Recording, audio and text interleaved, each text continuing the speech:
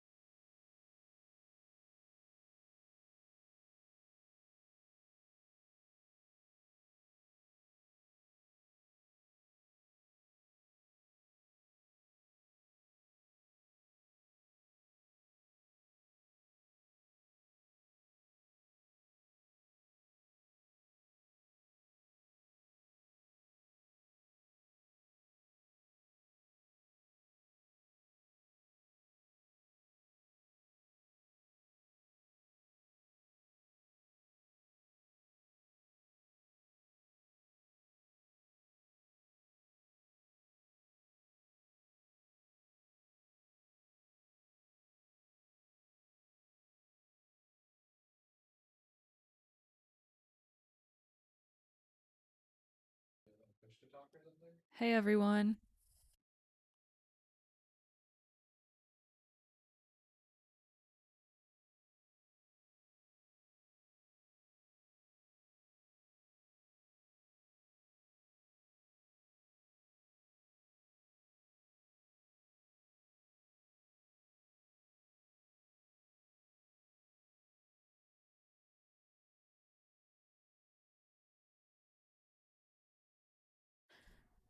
Thanks, Blue.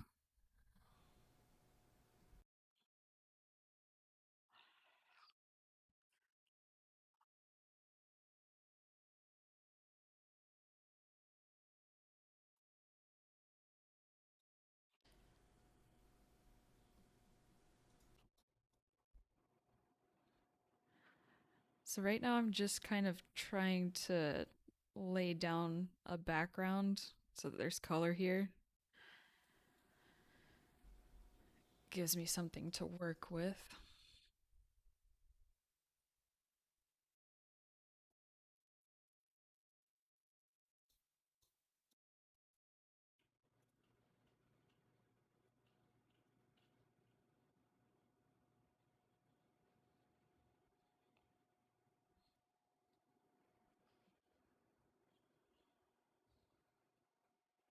Yeah, I actually did a few studies before this of tigers so that I had more of an understanding of how their anatomy works.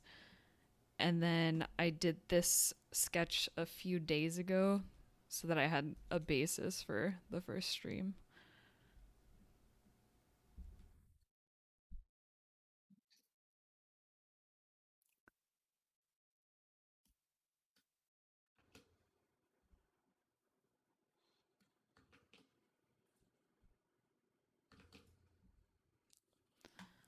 Just gonna pull.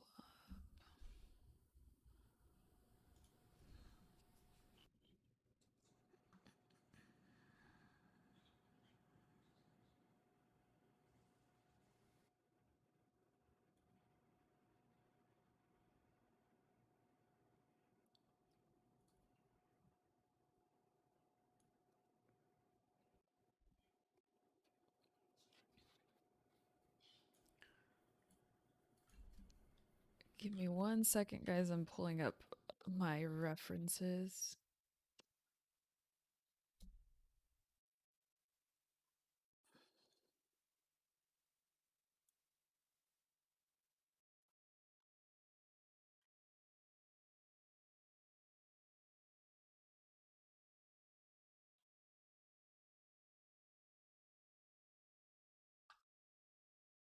Hey, Arthur. Thanks for joining. Yeah, I was actually considering doing courses. First, I wanted to practice doing some small tutorials for YouTube.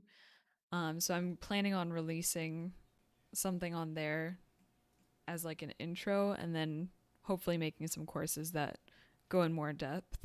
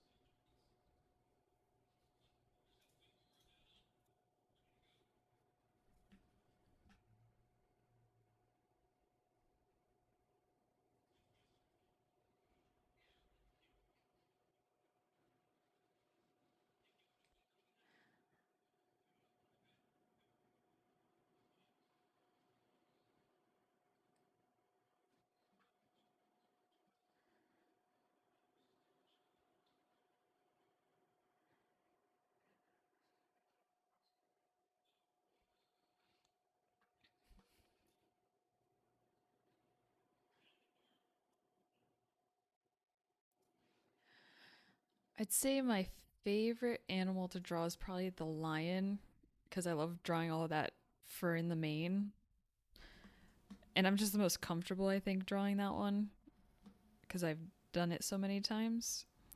I'm trying to branch out a little bit more with this one though because I haven't drawn a tiger in a long time, but I think they look so cool when people draw them, so trying it out too.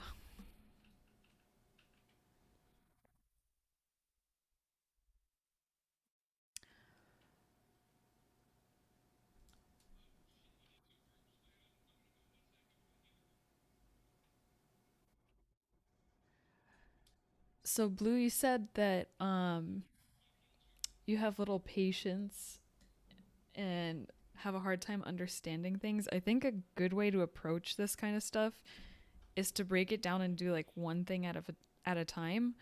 Because I didn't start like doing digital painting or anything. I would just do little doodles in my sketchbook, and then I would build up from there to get more of an understanding. So breaking it down and even taking like one part of an animal at a time makes it so that you aren't overwhelming yourself by doing all of it at once, and then you can learn slowly doing one thing at a time.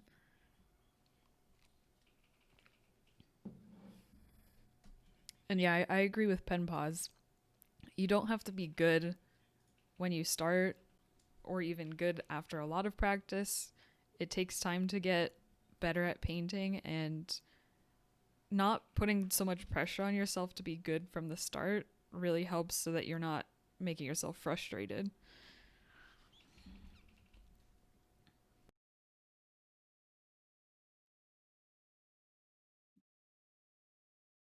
And there's some free like YouTube tutorials that can help you draw even if you have trouble kind of breaking down things. I know there's one thing called Drawbox, I think, where they go into like the most basic shapes and build up from there to make sure that you can have control of your pencil or brush, and you start off just like drawing a bunch of boxes, so it's as easy as it can get.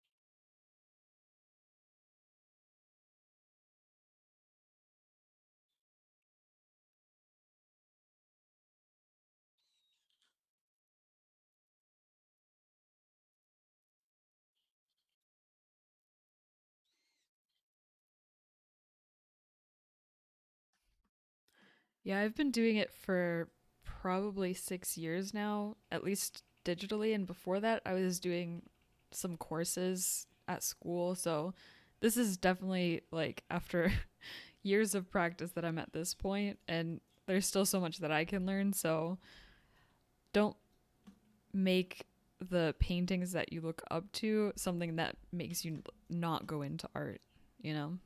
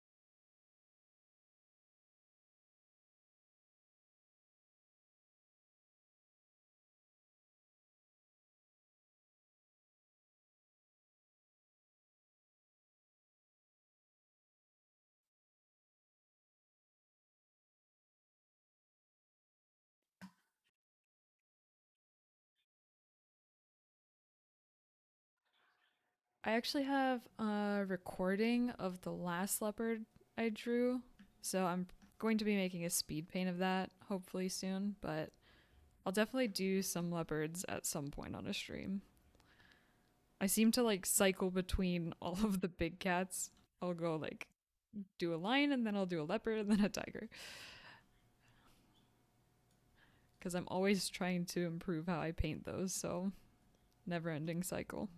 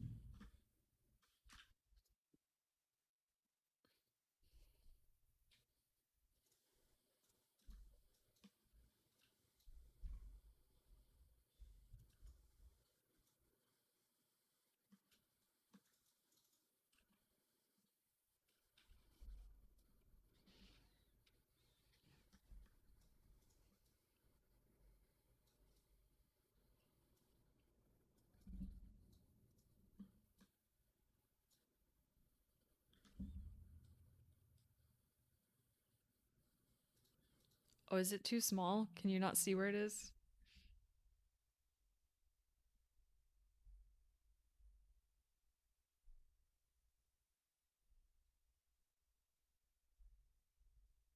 I can zoom in a little bit if that helps.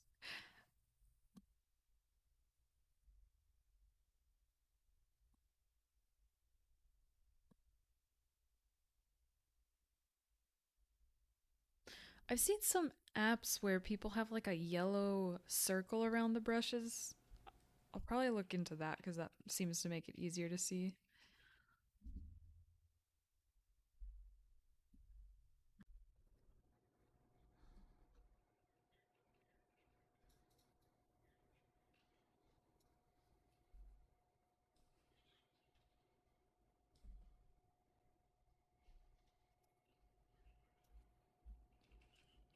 Yeah, it's kind of, if it's smaller, it's hard to see it.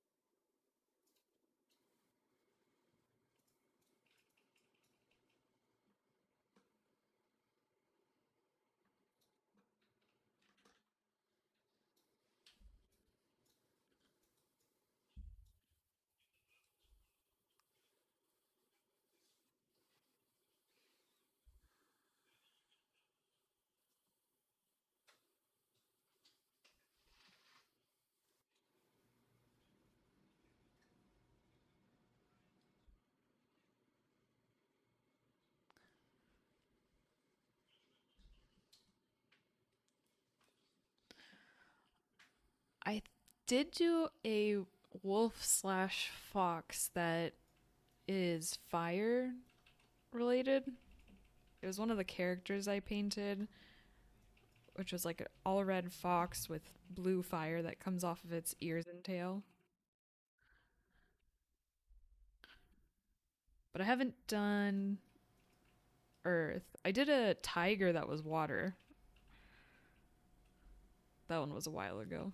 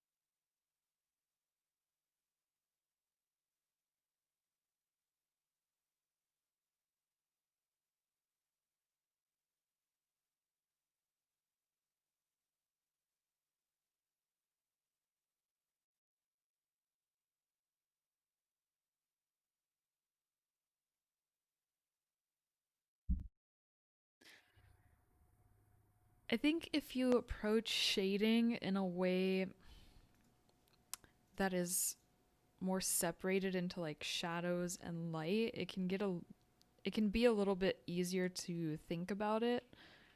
For example, right now I am working on just adding a general sense of where the light is, and I'm breaking it down into where the light is hitting and then where I want the deepest shadows. So what I do is I have usually an overlay layer that has just where the light is hitting, and then I'll do a multiply layer and I'll clip it to the space that the tiger is in, and then I'll go in and erase where I want there to be light so that everything else is left in shadow.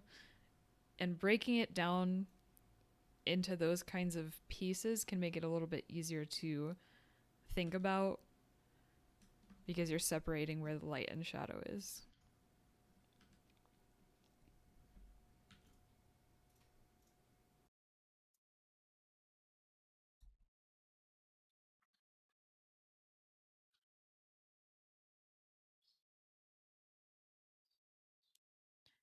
Yeah, lately I've been using more layers than I used to. I actually used to paint on like one or two, but ever since I started thinking about it in little parts that are coming together to make this lighting, so separating it into the light and shadows, it means that I just make so many more layers to keep that organized.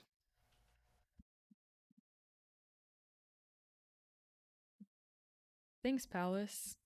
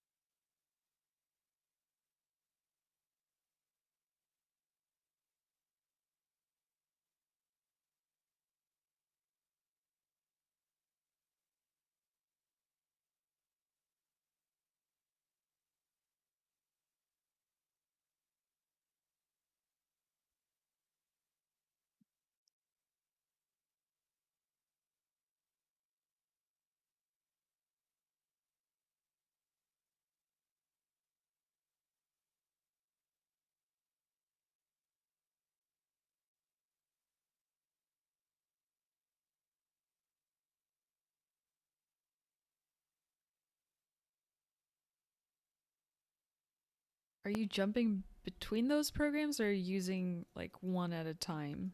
So like one painting will be in Krita and then you'll try something else in Metabang.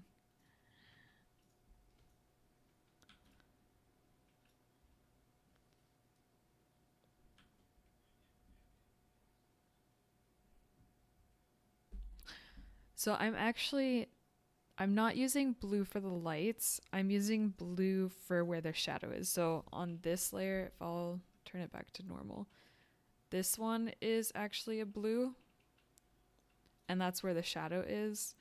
I usually use blue because it doesn't really color the undertones as much as if I used a red. So like if I chose this, then it's making everything look like this really red tone. I feel like blue kind of makes it more neutral and more realistic because when you're looking at the actual color that shows up in the shadows, usually it's affected by the environment that the character is in. So blue is usually used for shadow because that's the bounce light that comes from the sky. It's actually a technique that I got from watching Aaron Blaze do some of his paintings. He usually breaks up the layers similarly, where he has a blue shadow layer, and then for any highlights he'll use something that's more yellow or orange. So I'll show this one. I ended up using a tan color, but I think Photoshop's layers work a little bit differently than Krita's. Sometimes I have to choose a little bit of a different color than when I see in Photoshop tutorials. But that's in general, you want usually to use a blue color for multiply, that is the shadows, and then something that's more tan or yellow for the highlights.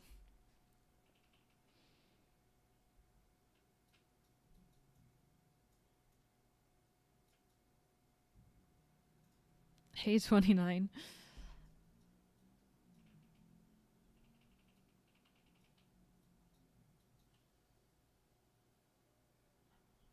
Oh yeah, I haven't worked on any sort of animations before, so I have no advice for that, but it seems like switching between them would probably take a little bit of time to, export everything.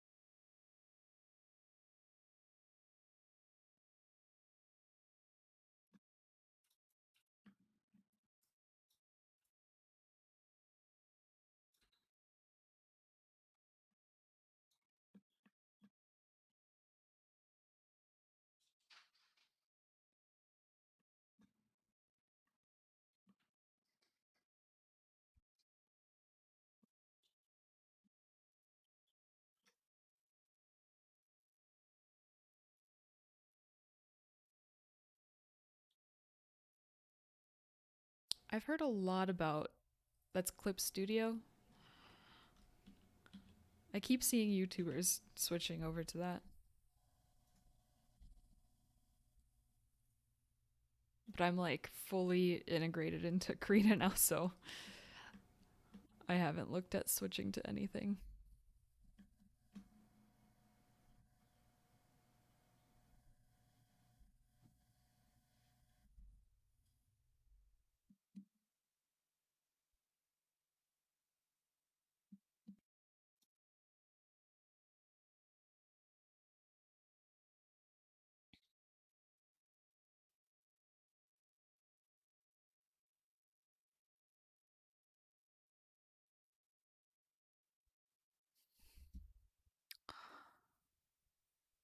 Hmm. Flatworm. I was gonna say just do the head for now.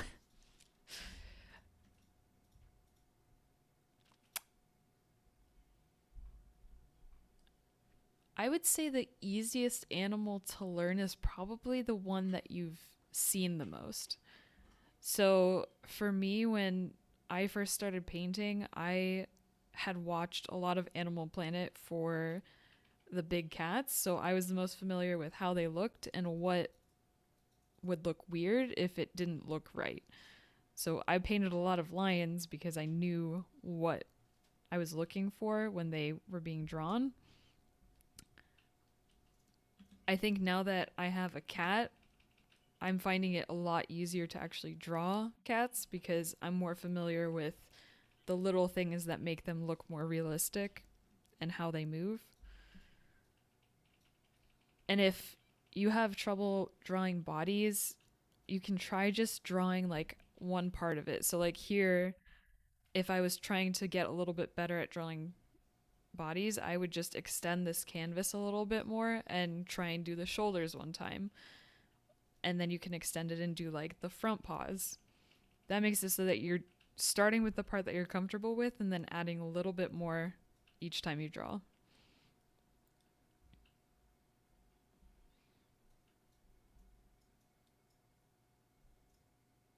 Oh, do the 3D mannequins come with it? That sounds cool. I always thought people like 3D modeled them and then brought it in as reference images.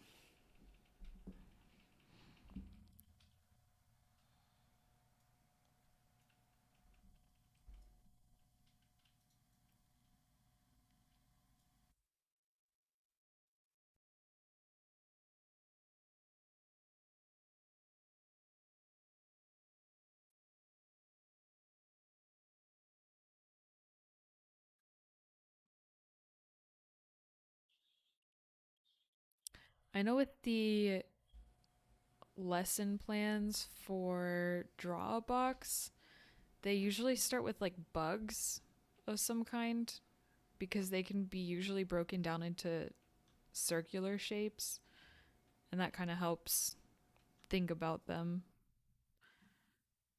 in a more basic way.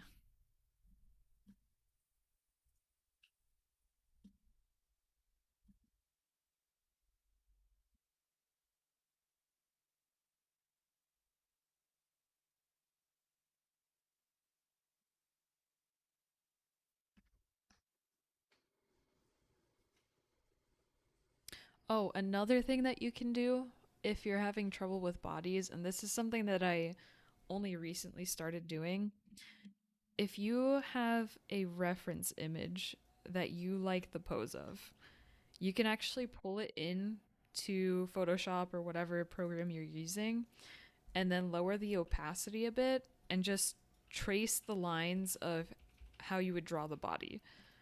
And that helps you kind of understand the shapes that are involved in drawing that kind of animal. And the important part of doing that kind of thing is to think about the patterns and proportions in terms of like basic shapes. So if I were to do it with my drawing as the reference, I would take like this and think of it as a flat plane and determine how wide this is compared to the nose. And then I would think about how the eye is kind of in line with the end of the mouth, and breaking it down into those kinds of shapes makes it so that you can think about it when you're actually looking at a reference, and you have that kind of visual library to use instead of just kind of going at it blindly. I did a lot of studying like that before I painted this.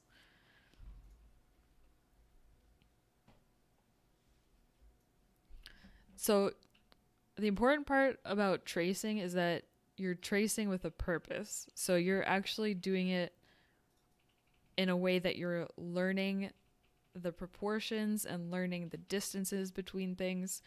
If you kind of just trace without actually thinking about it, then it's not going to help as much as if you measure things out and actually try and almost memorize the different things that you're learning.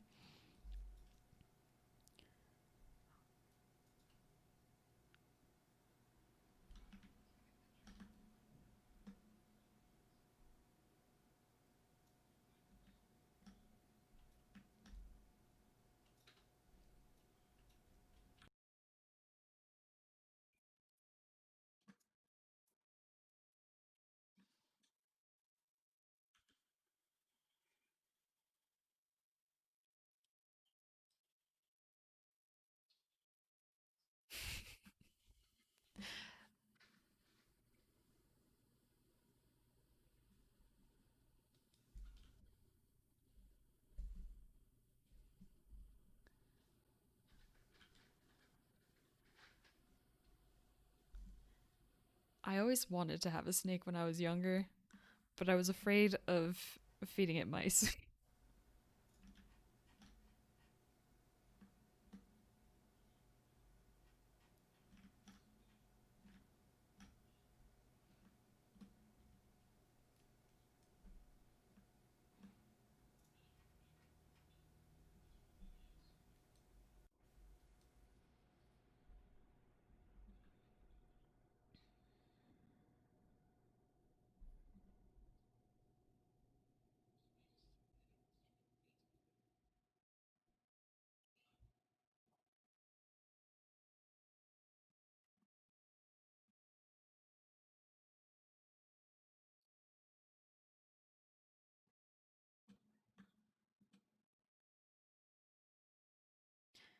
Yeah, even when they were frozen, it just seemed weird to have frozen mice in our freezer. I don't know. My mom would definitely not let us get one.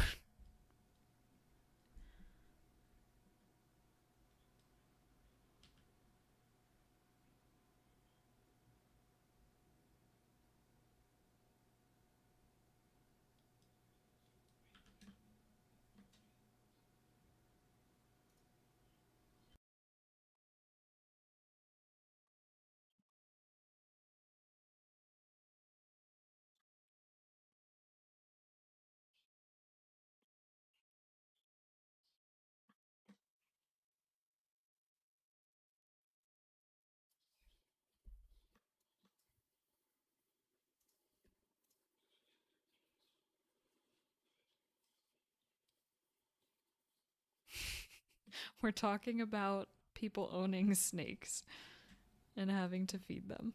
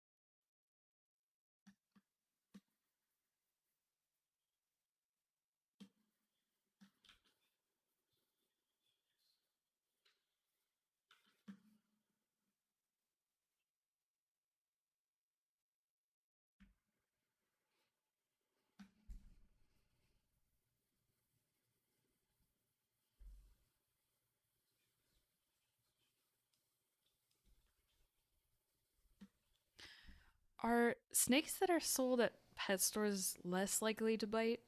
I always wondered about that.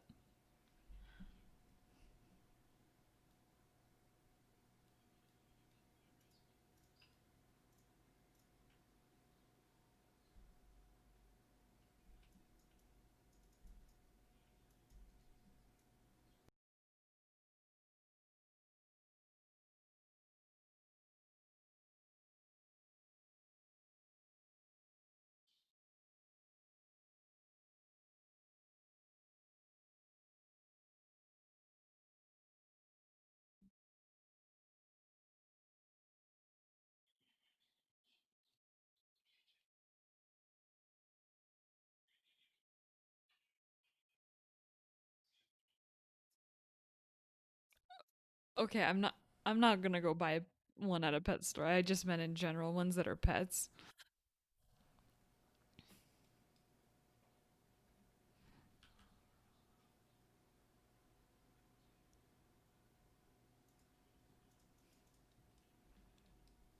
Or adopt them. I mean, I don't know if they have any snakes for adoption, but definitely recommend adopting any pets.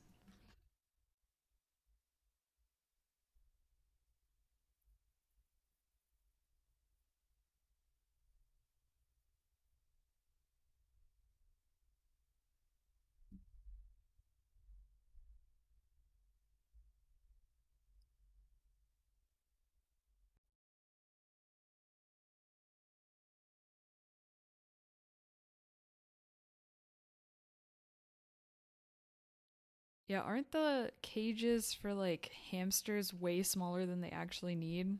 And rabbits too. They have like a tiny little cage.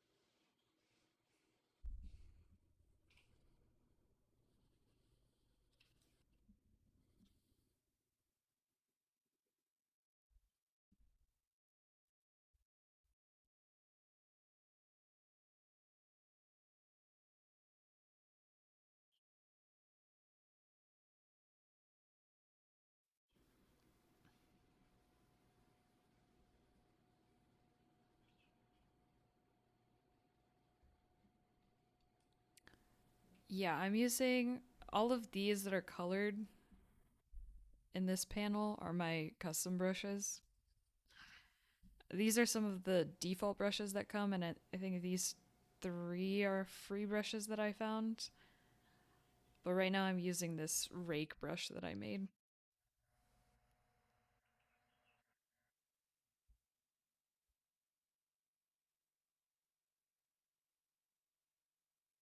I am using a Wacom Intuos Pro Medium.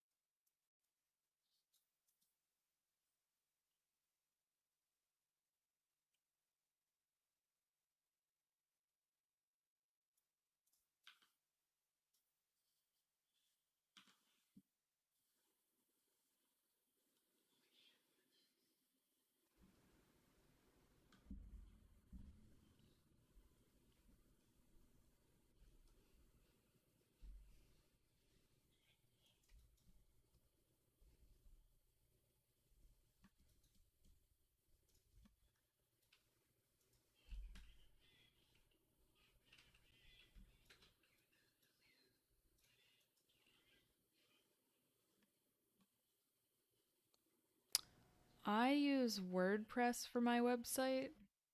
I actually have to update that because I haven't updated it in a while. But there's a ton of other platforms that you use, like Squarespace, Wix. It all depends on what you're going to be using it for. If it's for something like a portfolio, then I would just find the one that is the cheapest for a clean look and feel. So ArtStation also has some. If you want to do anything like selling things, then it gets a little bit more complicated because there's taxes and stuff like that that you have to think about. But I think most people usually want it for a portfolio.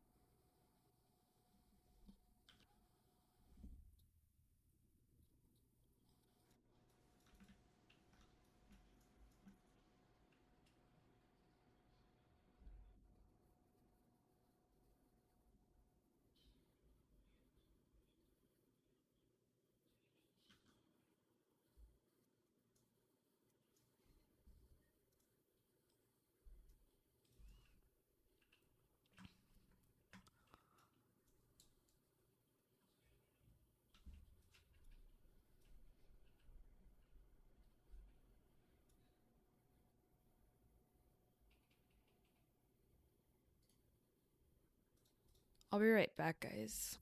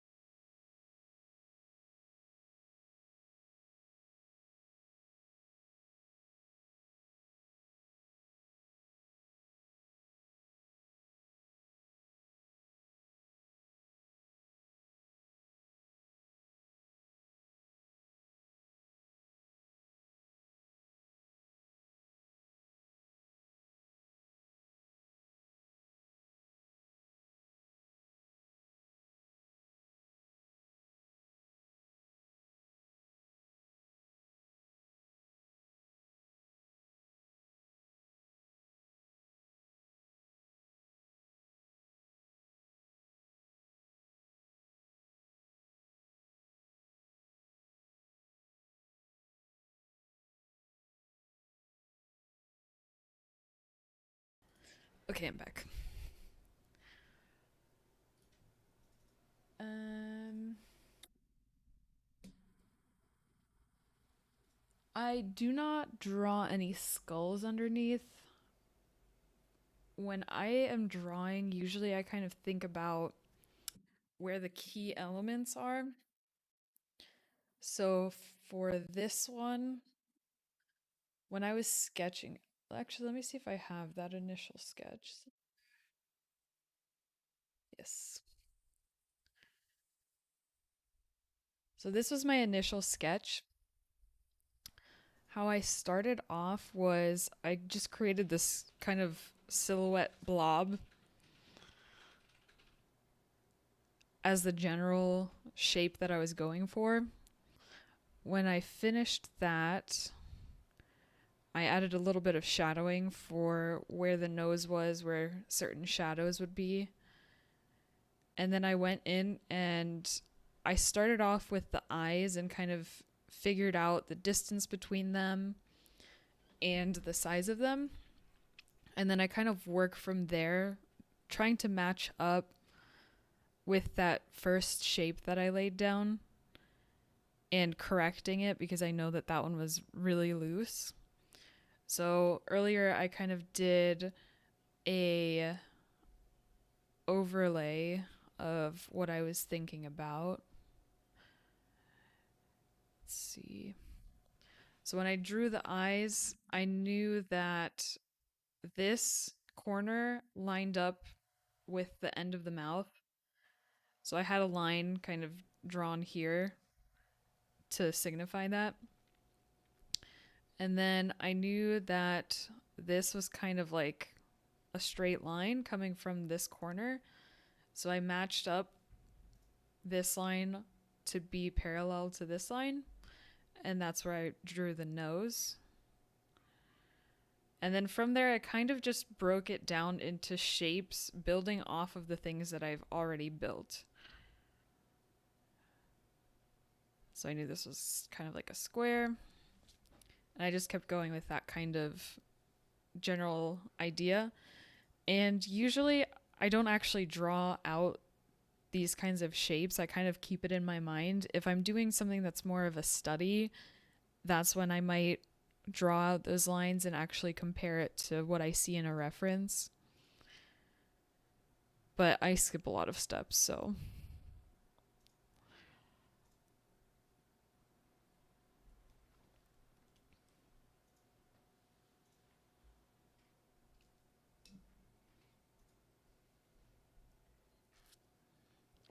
at one point I actually skipped all of the line drawing entirely. I just kind of drew this blob and then I would start correcting it with color. I don't recommend that entirely for learning purposes, but I was kind of lazy, so I did that anyway. I'm finding now that because I skipped the line art so much, it means that I'm not as skilled at drawing lines from imagination. So when I'm doing something in my sketchbook, I sometimes struggle to get the right shapes when I'm using just line art. So there's a reason that people use it, is all I'm saying.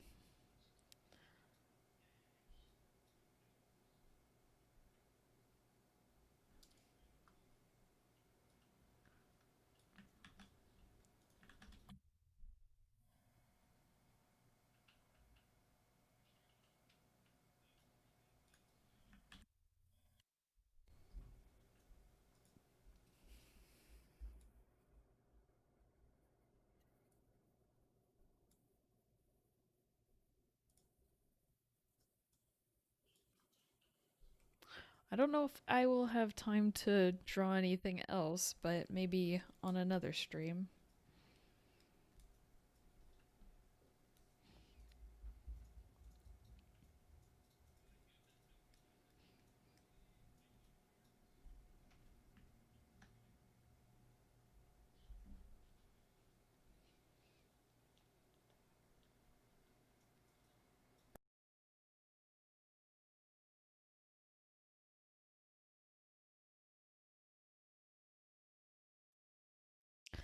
Yeah, so when I first started actually trying to draw line art again, mine was super messy and I had those like jagged lines where I was like not entirely sure where I was going with anything. I found that practicing just like doing a straight flowing line of the shape that you were trying to go for helps a lot in your confidence in your lines and making them not seem as messy. So, trying that out in a sketchbook with just a pencil helps a lot, even going back to digital art.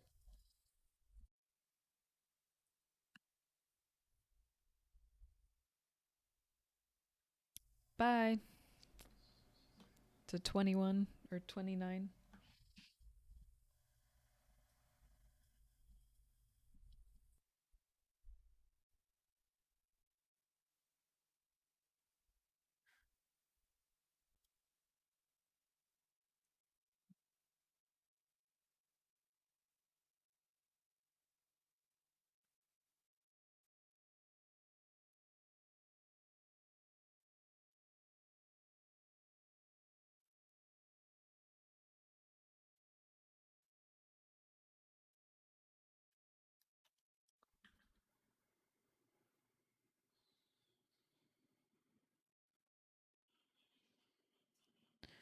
Going from traditional to digital can be very hard if you don't have a screen type of tablet because you have to get used to not looking at where you're drawing. But once you get that down, having that skill from traditional art can actually help a lot because you'll already be familiar with the shapes that you're going for.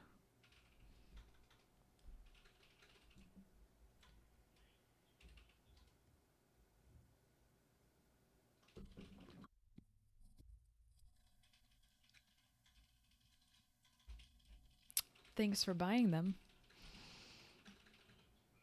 I'm planning to do maybe a series on like how I actually use them, or I guess you guys can see how I do it now through the stream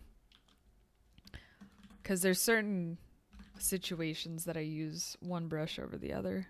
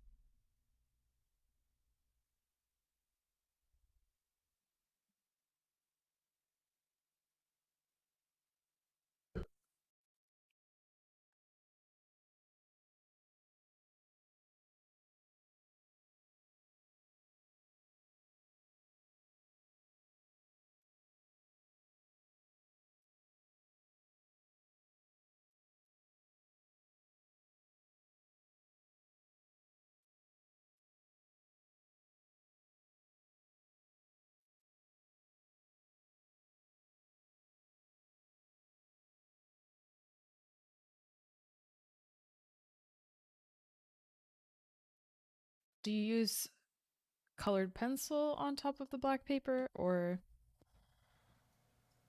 some kind of ink?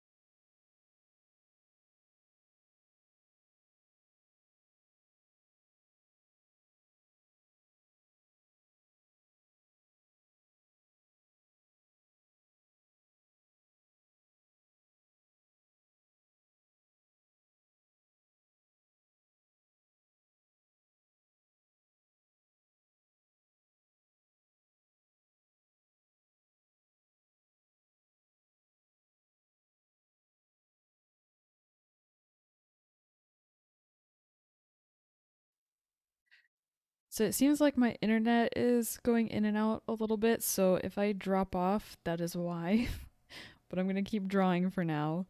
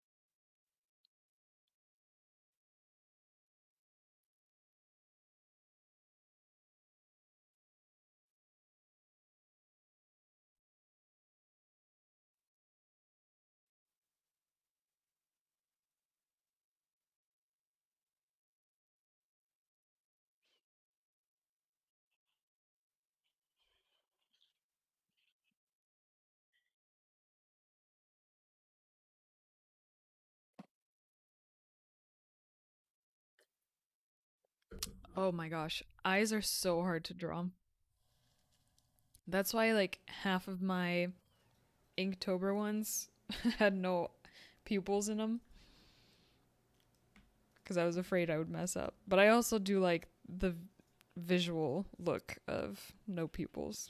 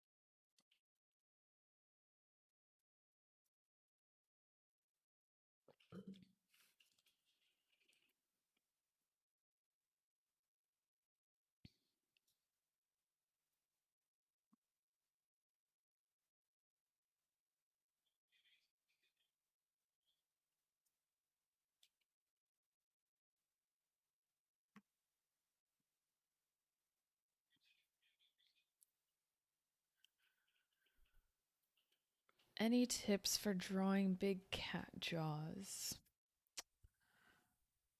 I would say trying to figure out where they line up to the other parts of the big cat helps a lot. So when I was thinking about it lining up to the corner of the eye, that helps me know how far back the jaw should go. And then kind of in my head, I try and visualize how it would close. So I know that the general motion would be like this, so I can tell that it would fit into that mouth. If it goes too far forward, then you can see that it would kind of be an overbite if it swung over in front of the top of the muzzle. So doing those kinds of comparisons can help. And I would say trying to draw from references with the mouth open and then trying it from a bunch of different angles can make you more aware of what looks weird and what actually fits in with how the cats actually look. Because each big cat and small cat has a different size for the jaw and slightly different shapes. So it can help figure out those little bits of differences that make them more recognizable.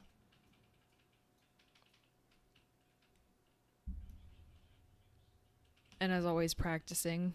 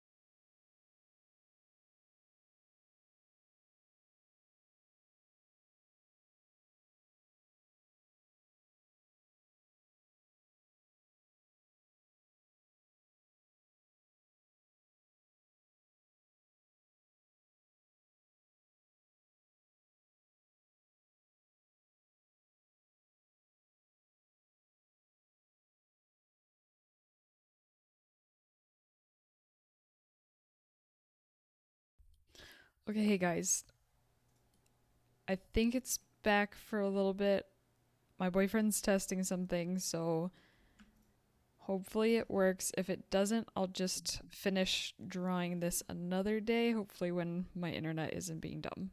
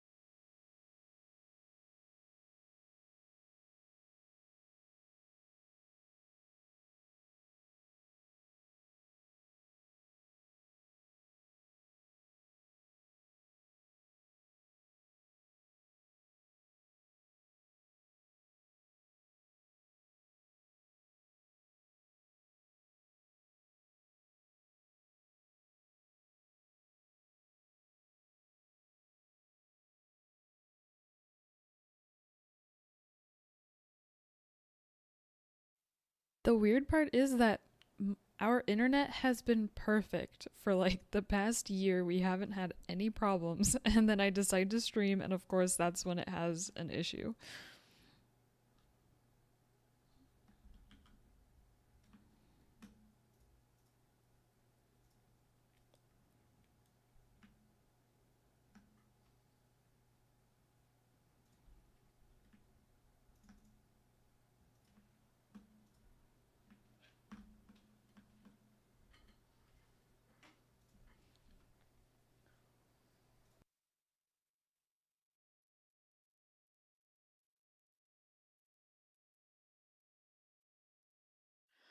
I saw a question earlier when my internet was out. Someone asked, "Do you use any of the liquify tools in Krita?" I use, I don't know if this one would be considered it, but the transform tool where you can kind of, shift it around like that. I use that the most. Every time that I've tried liquify, since my canvas size is so huge, it usually kind of like lags it out to where I can't really move anything. So I don't usually use that one, but I do have one brush that is kind of like a blur and shift one. So you can like blur it and move it out. I use that one a decent amount too.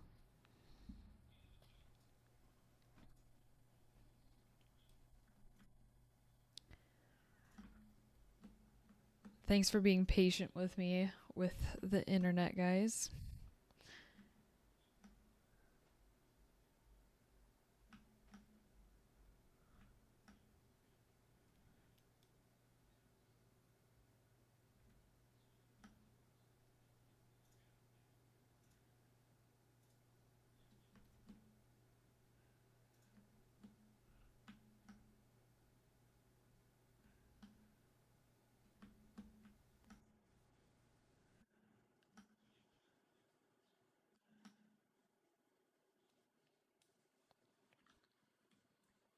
A lot of my brushes do have some form of texture, so let's see if I can show this one. This one you can see that there's like this kind of spotted texture. Um, some of these are textured too. So yeah, I like having at least a little bit of a grain texture to it so that it doesn't seem totally like that digital look. And it makes, I don't know, to me it feels better when there's a bit of texture. It makes blending a little bit easier.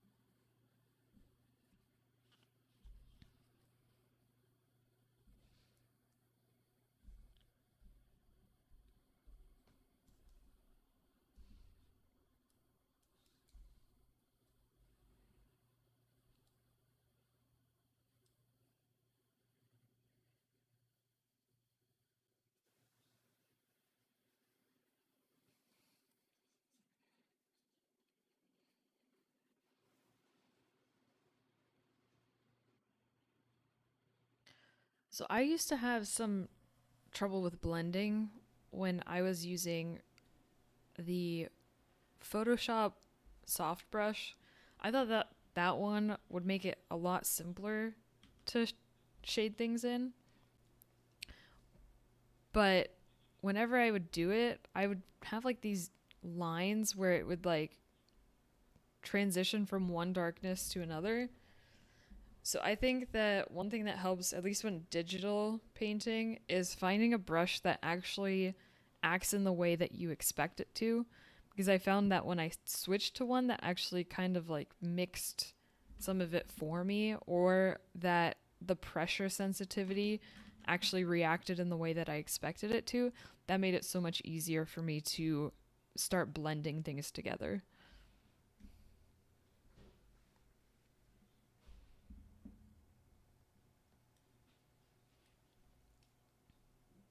When you say you use wet brushes, do you mean ones that are labeled wet in a digital program, or are you talking about like physical wet brushes?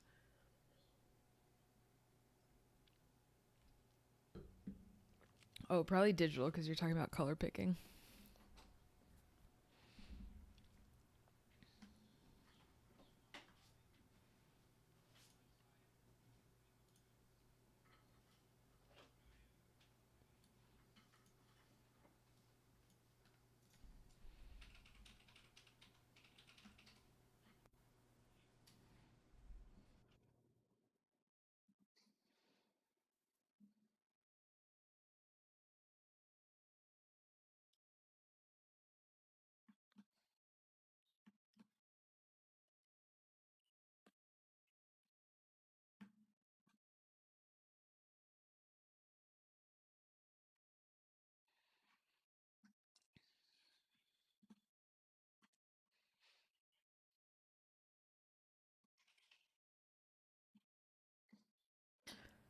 Yeah, so I think for Krita, you have to find the brush that mixes in a way that you expect it to.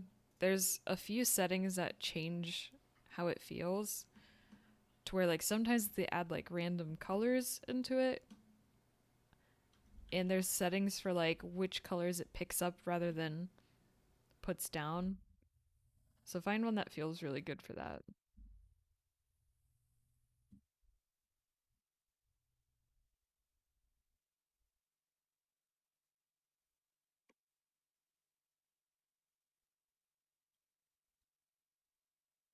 And that's actually why I started making a lot of my own brushes, because I liked how it in Krita it would mix things, but it wouldn't feel like it was acting the way that I expected it to, where it would like shift some colors that I was like, where did that come from?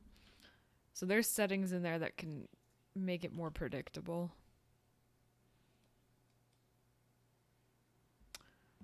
So right now I'm kind of going in and cleaning up the base colors. I've added a little bit of shading to show where I want the shadow to be in general. But right now, I want to lay out where all of the markings are and make it really clean. And then once I'm done with that, I'm going to go in and add some more textures and actual like fur strands on top of it.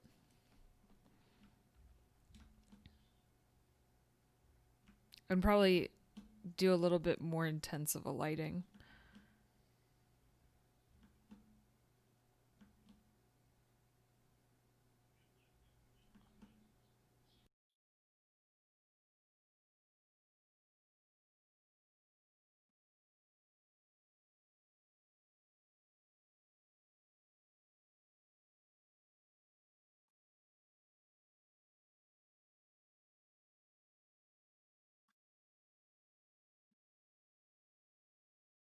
And sometimes when I'm at this stage, I'll like add a bit of texture to imply the fur. So like when I'm doing the markings, I might have a little bit more of a zigzag type of motion to my brush strokes.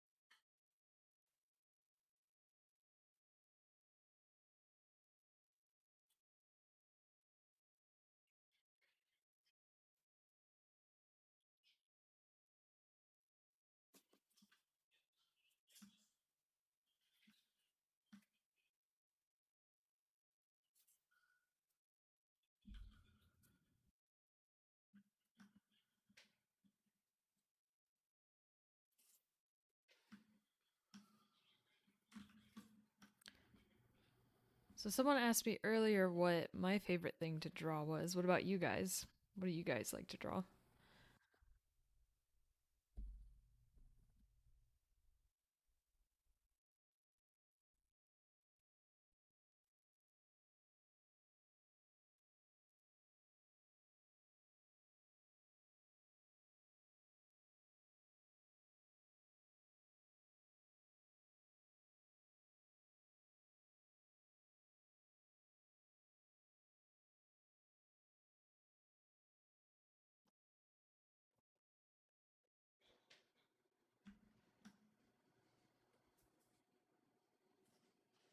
Honestly, having a painting that looks great from a distance is a really good place to be at before adding any details. If you're finding that you struggle with adding details, it could just be a matter of like doing too many details or putting the details in the wrong spot. Usually, what you want to do is have the details in an area that you want interest in the painting. So, since this is a portrait, it's kind of just like the head. But if you're doing a landscape, you want to add more details in the area that you want people to look in. So, if you're adding details in a spot that people aren't going to look at, or you don't want them to look at as much, then that could be causing it to not look as good as you want it to.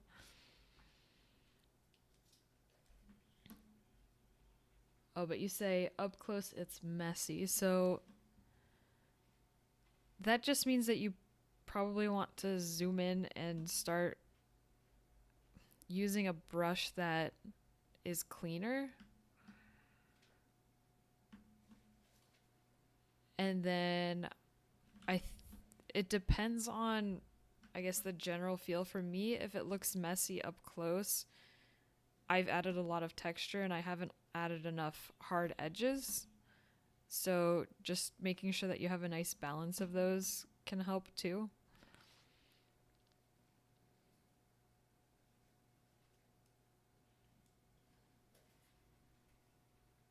I actually haven't drawn a crocodile before. Definitely think they look cool though.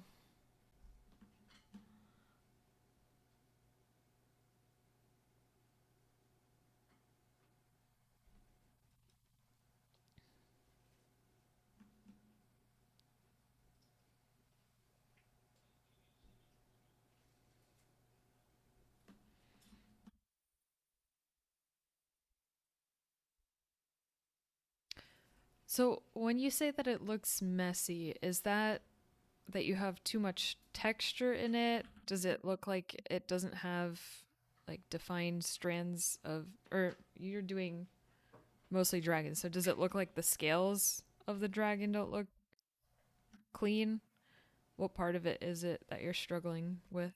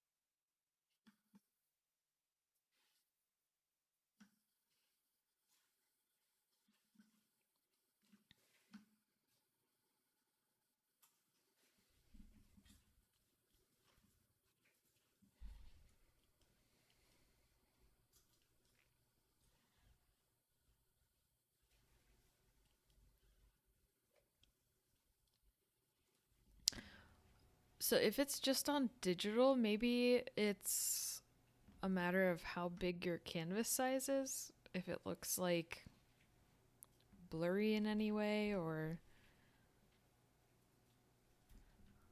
doesn't feel right when you get closer.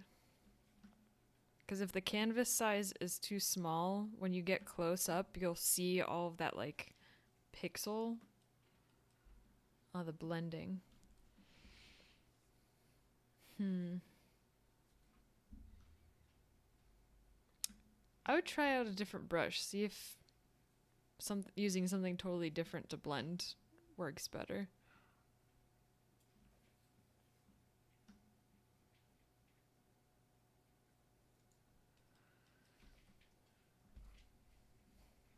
2000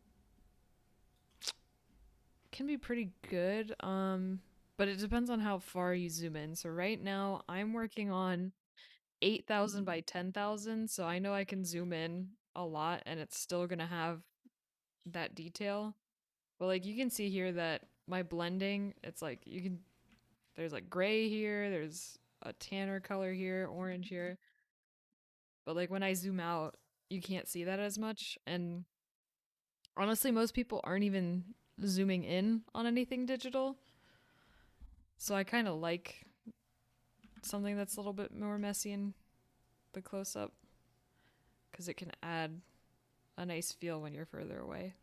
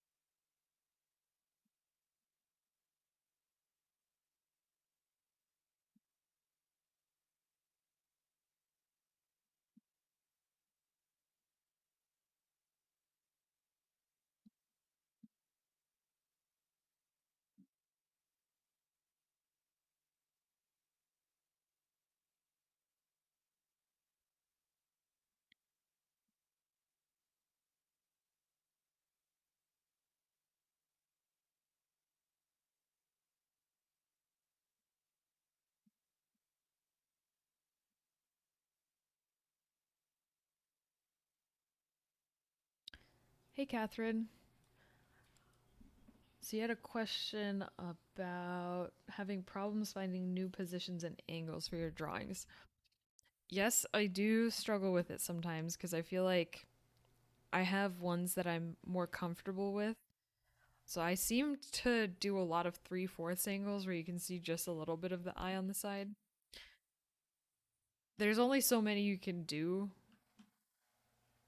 for like portraits, for example. Like you can tilt the head, you can rotate it, but you always have to work with some form of reality as the basis. So it does feel a little repetitive sometimes, but then you can play with using different lighting techniques or textures. So there's a lot you can do with it. If I feel like I'm repeating myself a lot, I'll try to find a reference that has a perspective I hadn't thought of before, or even like artworks that do things that I didn't think of, because then that kind of like breaks my usual train of thought and makes me consider something new.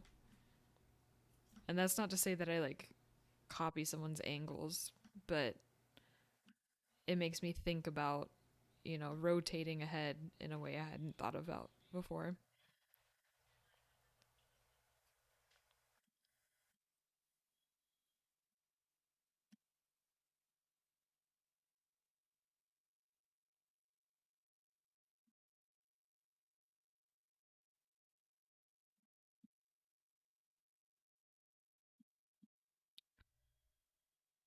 So if you want to get out of your comfort zone, I think a good way to do that is to just find a reference that does something completely different from what you usually draw.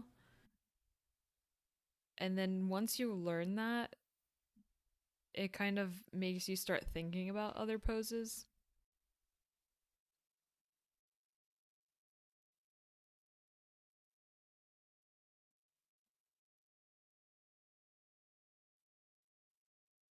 Because the more you learn about how an animal moves, the more you can invent new things and new poses and exaggerate something.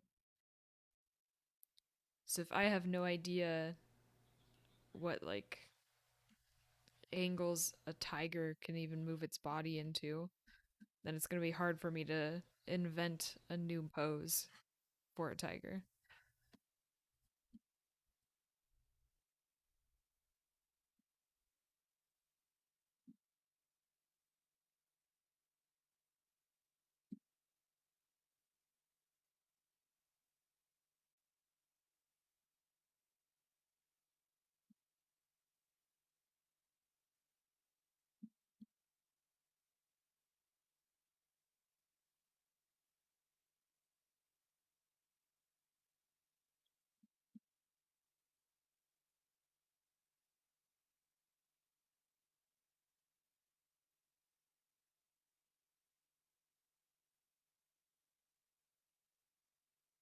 Yeah, Pinterest is a good place to look because they have a lot of high quality images. I like to use a few sites that have like free licenses to use them. And then you can also do a Google search where you search based on license type.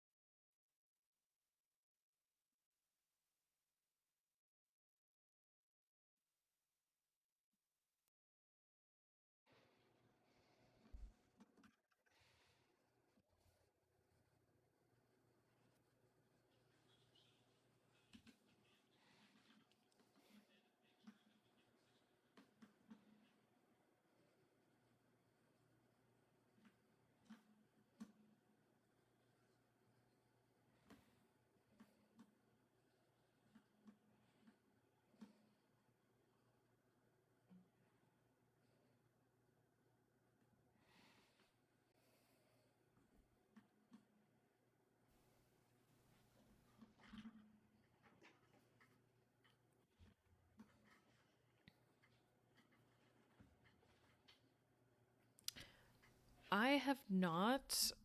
I don't. Can they do it on like iPhones and Samsung phones, or is it more of like a tablet type?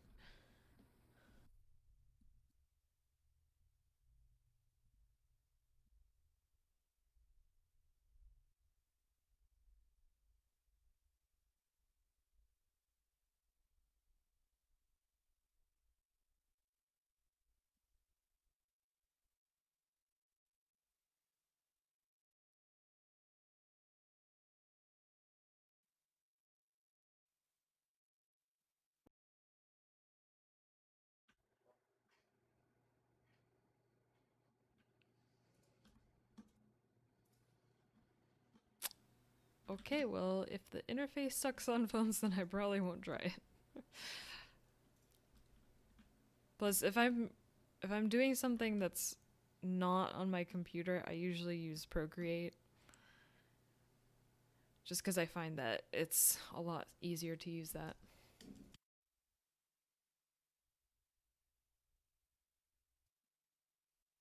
because that one was made for tablet use, whereas Krita was developed for desktop and then kind of repurposed for tablet.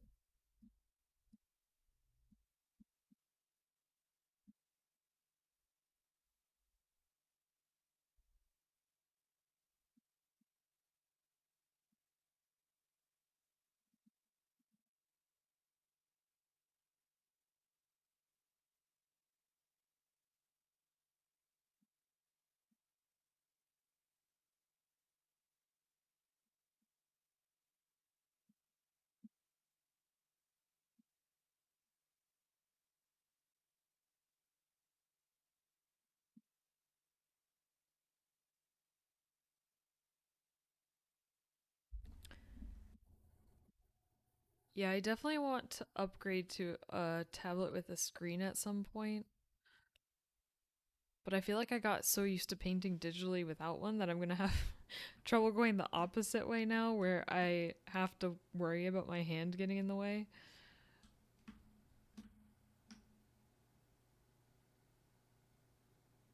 Plus, every other time that I've like tried it on someone else's tablet that has a screen, it just feels like there's like a slight disconnect from where I'm pressing with my pencil versus where it's actually drawing. I don't know if it's gotten better since then, but it always feels like it has a slight difference.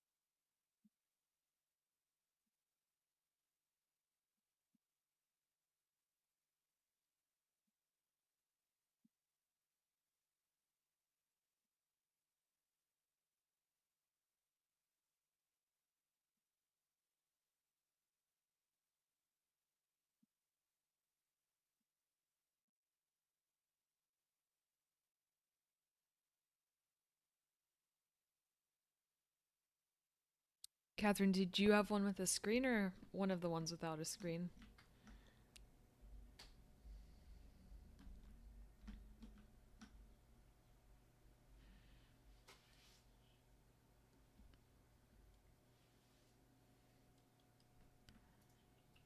I think if you started off traditional, it's a lot easier to work with a screened one because you already kind of work that way. When I started doing art as more of a hobby than just like taking a class, I immediately started with a tablet that had no screen. So I got used to doing digital painting that way. And I've been doing it like that for like 6 or more years. So I am very used to not looking down.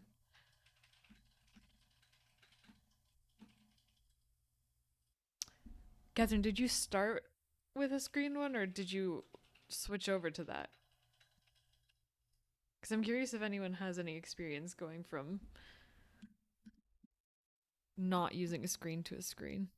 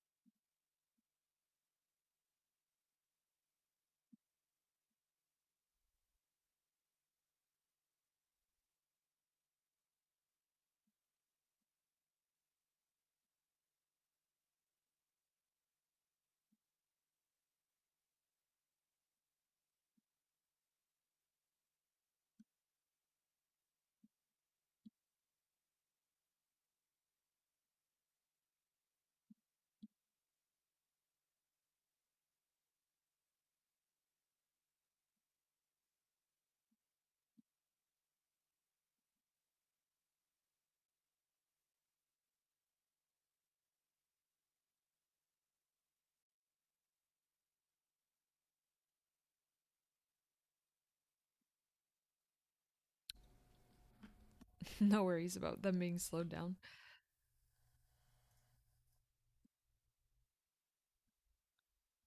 Yeah, so it sounds like you can get used to it the other way. Probably just a bit of a transition.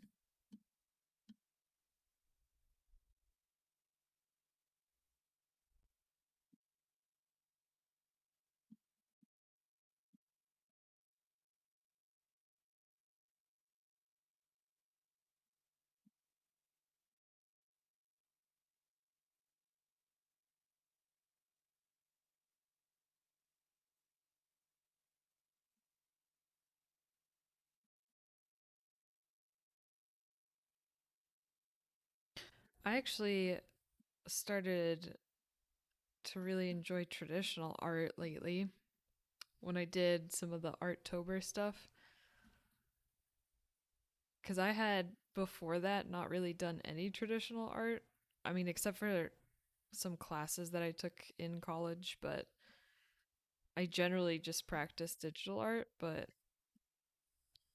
being able to go back to paper was a lot of fun, and having all of that like texture that comes through naturally. I was a lot worse at it though.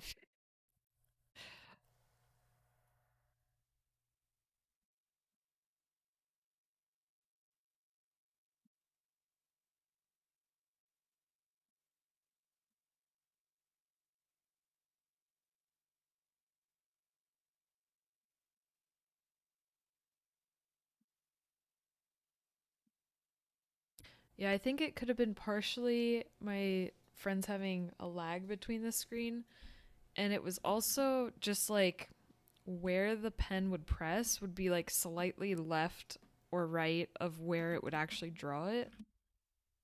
I don't know if it was how I held the pen or if it was like the tablet itself that caused that, but that was the part that bothered me.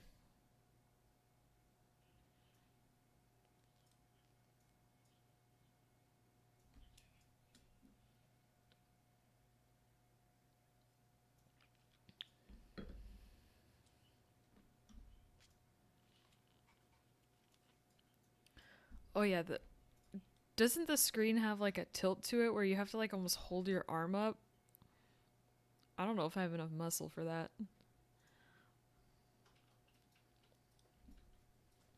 Also, congrats about starting art school. What are you studying for? Like animation, concept art,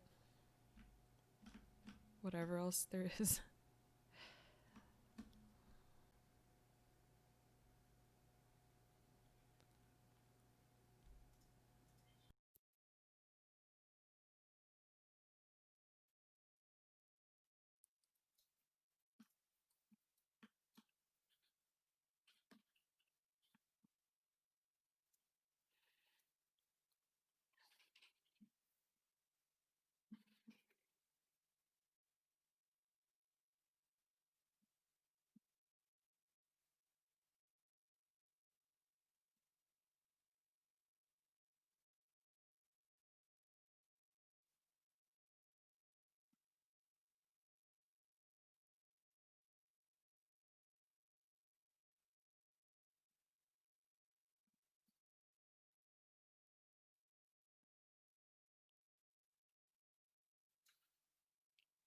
Oh, I didn't know there was a traditional art school. What do you do once you're out? Is there like positions where you can do traditional art?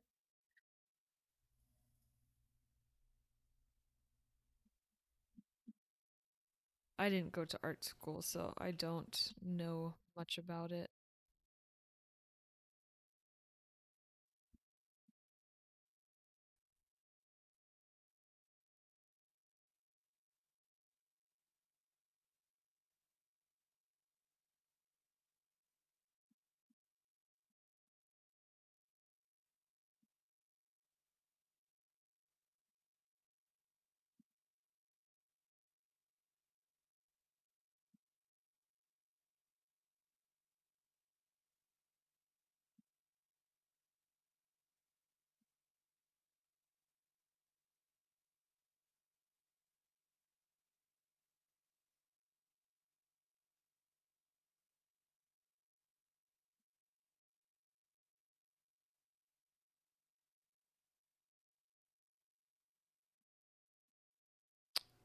That's cool.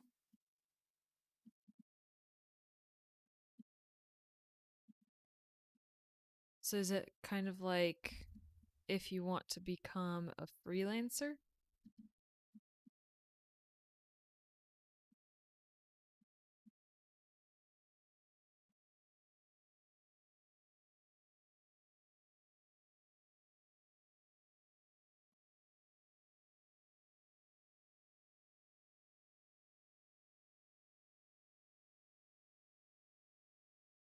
Oh, that's cool.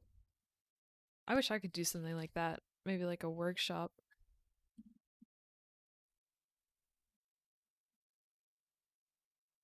I went to school for something completely different, so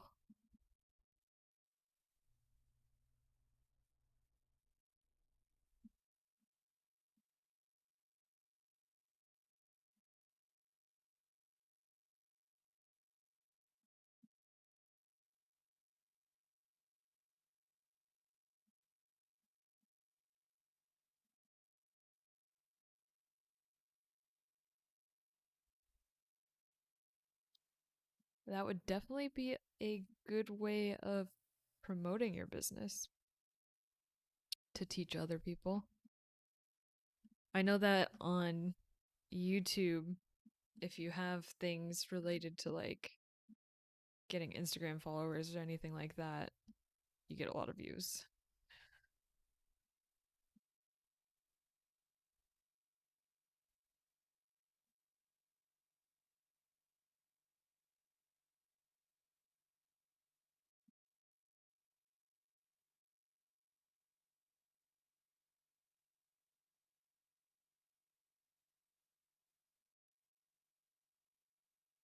That sounds like a super interesting course or degree.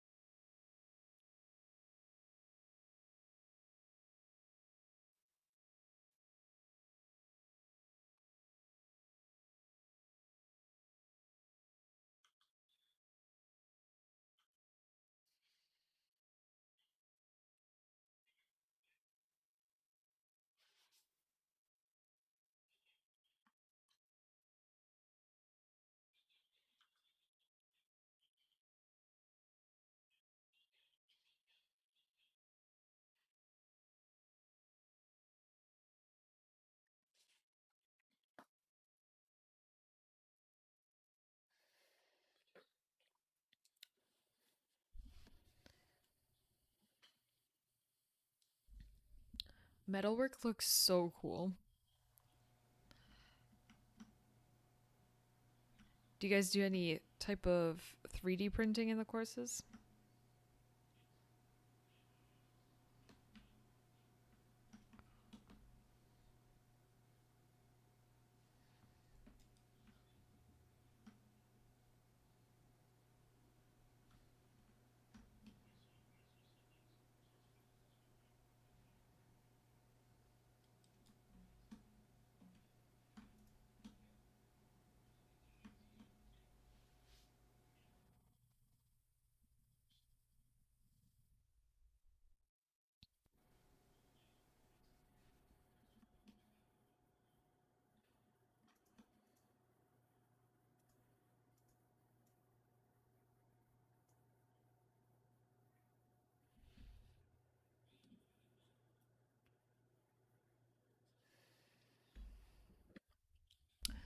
Yeah, woodworking is so cool. I did some for one of my college courses for sculpting.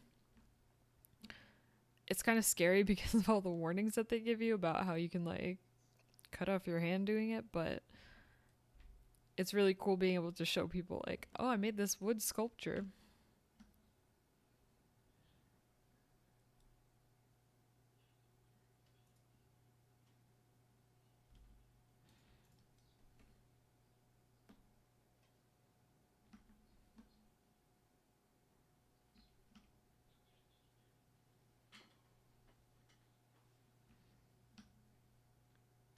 I think going to that kind of school where you can try out all of this different stuff related to art sounds so fun. I wish I could do some kind of program like that.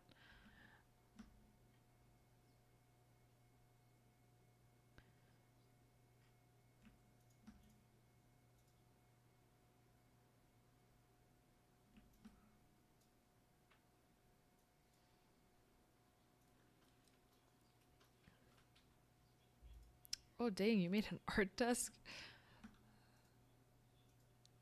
The type of thing that I made was like, I sculpted a wooden cheetah, of course, an animal, but doing like actual furniture sounds like it would be really fun because then you have a use for it.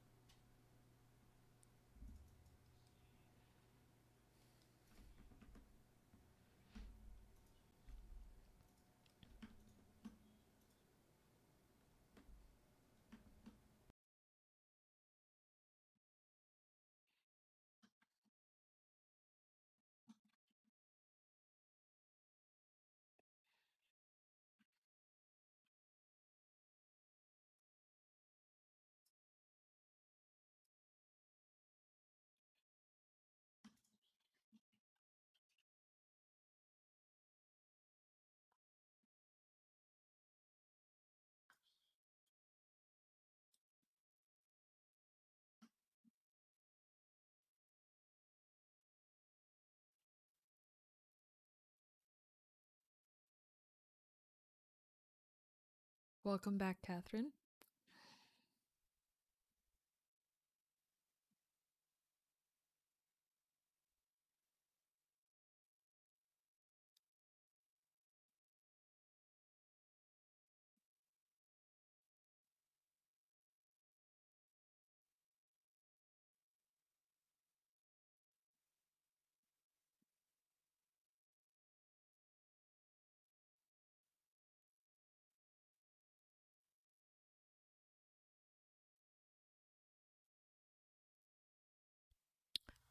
I have not considered learning how to tattoo because I feel like my hand is too shaky to give anyone a tattoo. It would end up with very wobbly lines. And I also do not plan on getting a tattoo myself, so I feel like that would be kind of like people wouldn't trust me. It's like you don't have a tattoo yourself and then you're going to give me one.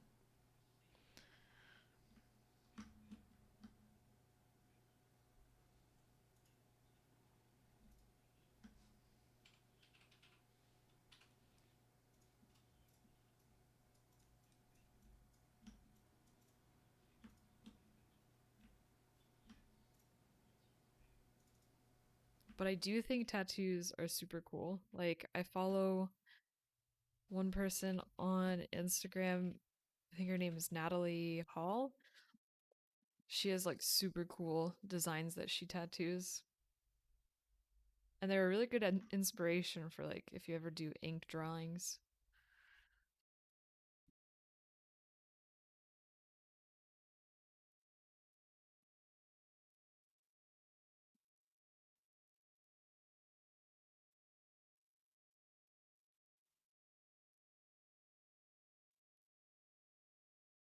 Wasn't there like a picture of some older people who had really nice looking tattoos though? I think it depends on how much you take care of the tattoos. Oh, the machines like stabilize your hand? That would probably make sense.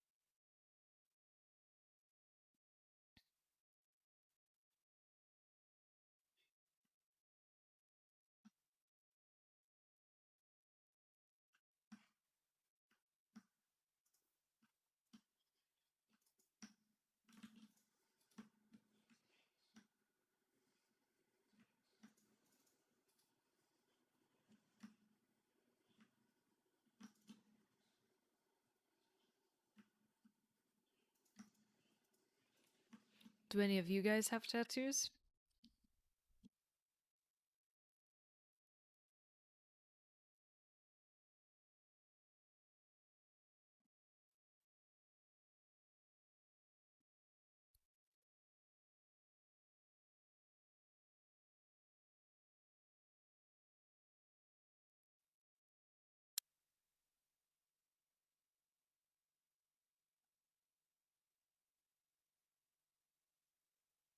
I'm gonna say no to posting links just to be careful.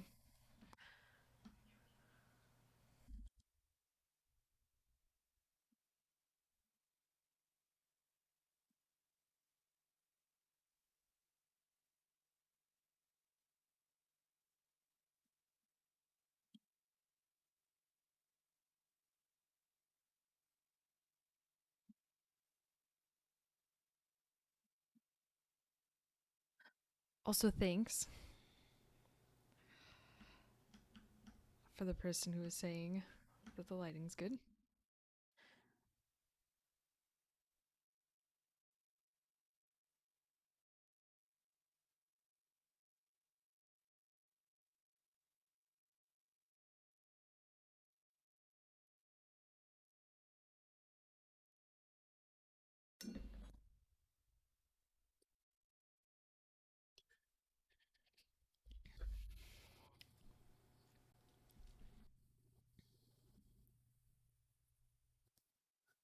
Oh, Catherine, you were saying that you do some tattoos?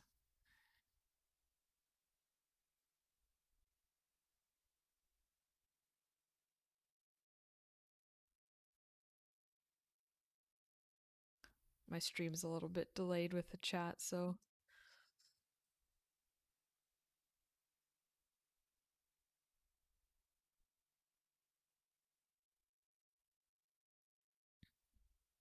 what's your favorite type of tattoo?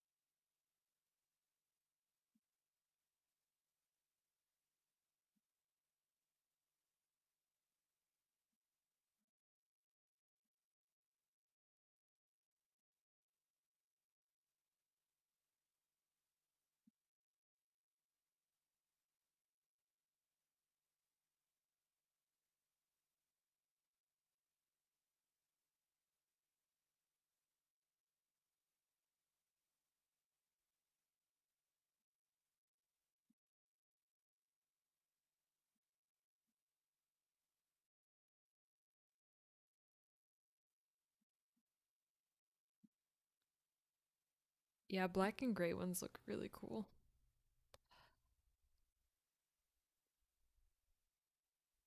I like a lot of the like super fine line type of tattoos, but I think I read somewhere that they fade super quickly.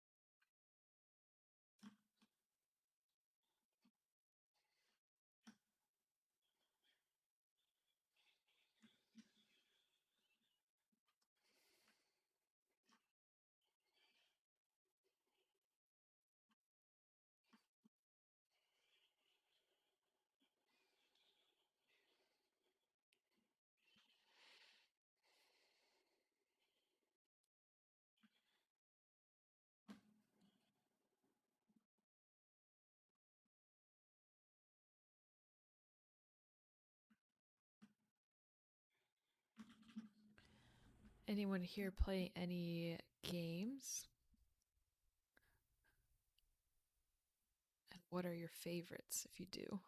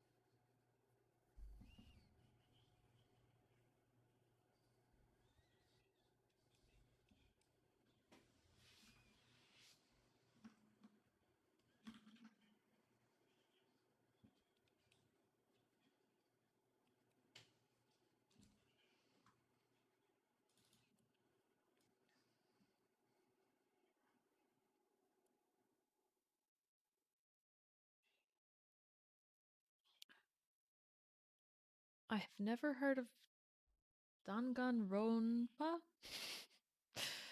What kind of game is that?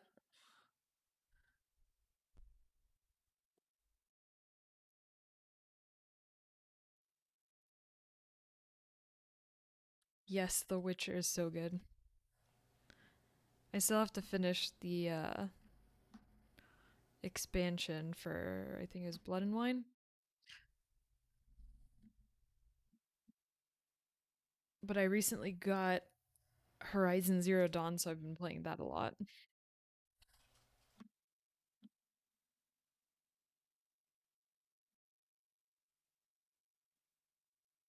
How was No Man's Sky? Cuz I saw all of that like controversy of it not being everything it was promised, but I haven't heard what was good about it.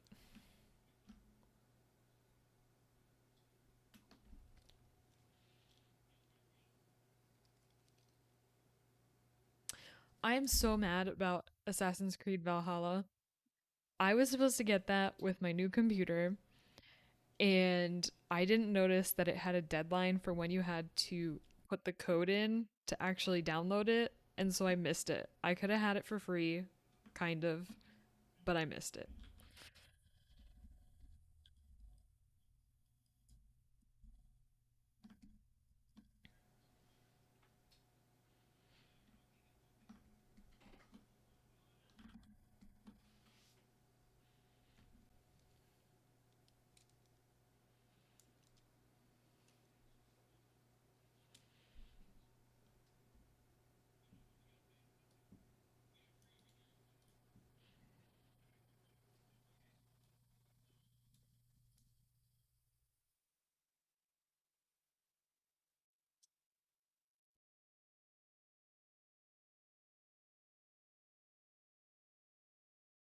I think I was like 3 months late, so I don't know if they would give it to me if I called them, but I could definitely try.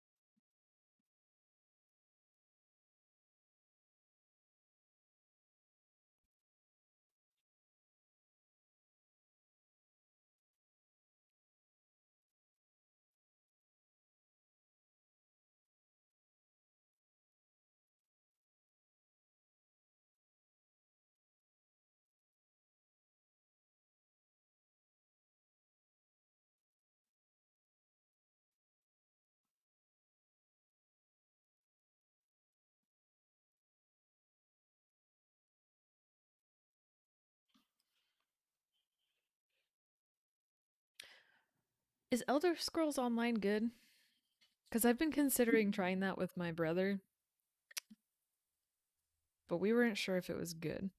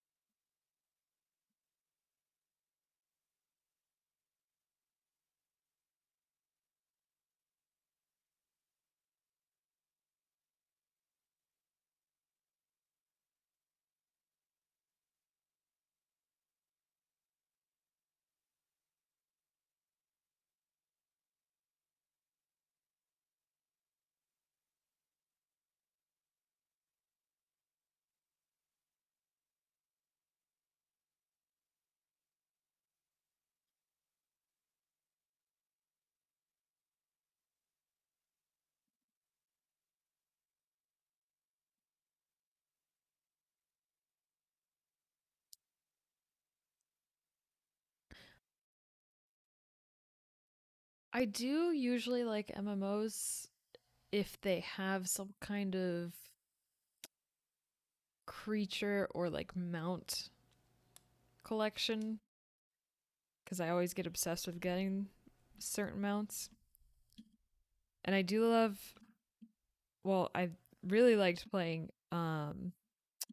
Skyrim, so it seemed like a game that I would like.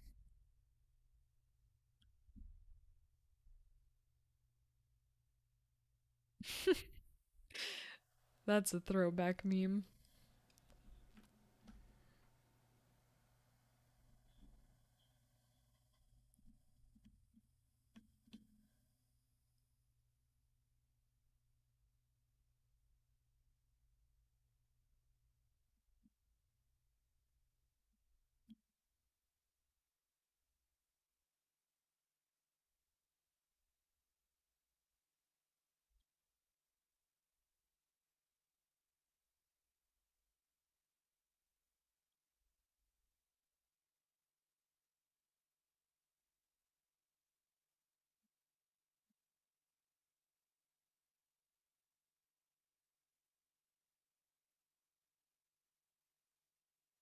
I think at one point they had it for like a free trial or something. I wish I would have tried it then. I didn't notice till after.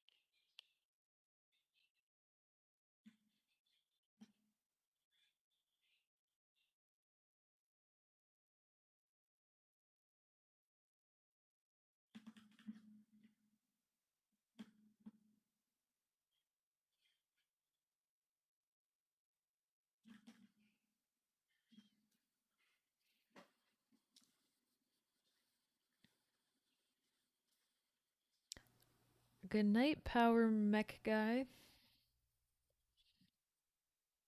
and Catherine.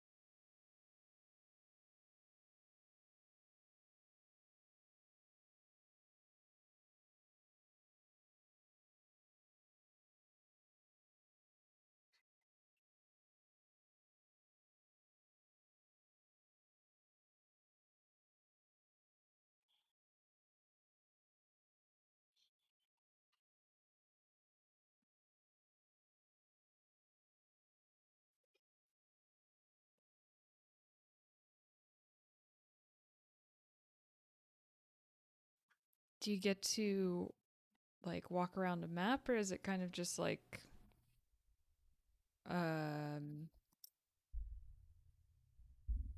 turn based, like the battle portion of it for the Pokemon Revolutions?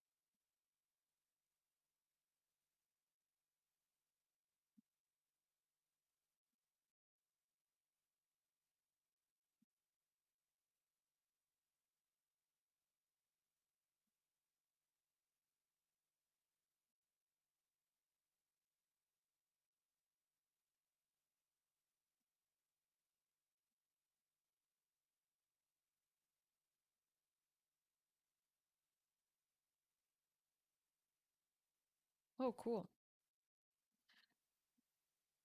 Are there a lot of people that play that? And you like team up?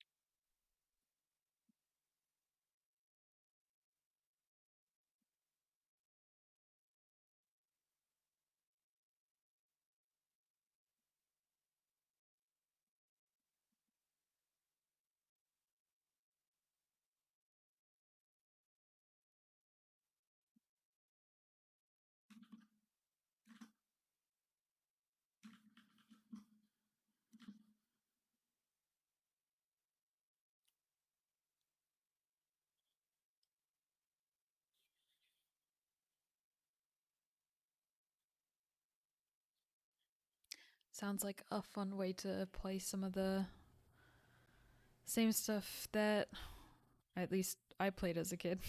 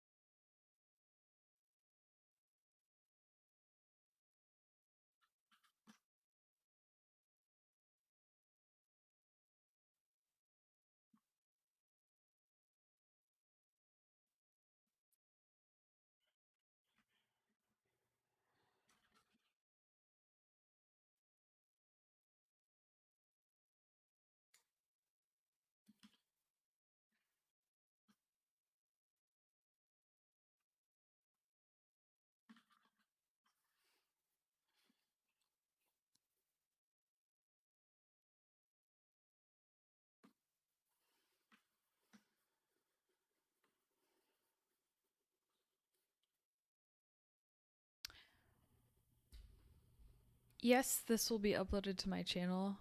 Either I will cut out the audio and do just like a speed paint of some kind, or I'll post the whole thing.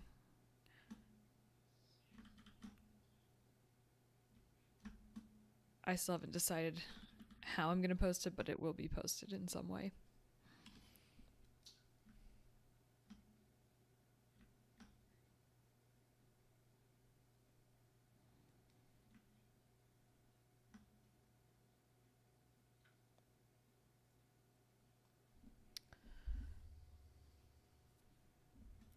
I usually don't use any sort of color correction. I once in a while I will go in to the filter. I don't think you can see my menu, but I go into filter, adjust, and color adjustment curves. I'll do that at the end once in a while. Usually, I like how I did the colors anyway, so I just leave it how it is. But if I'm about to post on Instagram or something and I see a filter that looks better than what I did, at that point I'll be like, oh, I should probably edit it.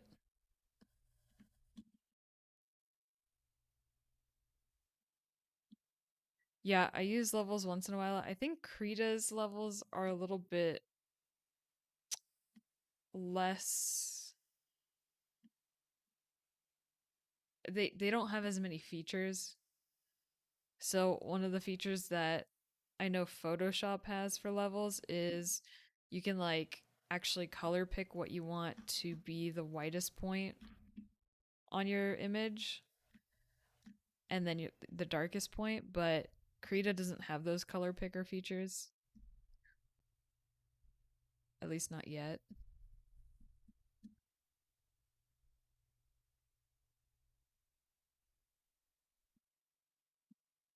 So I don't use it as much.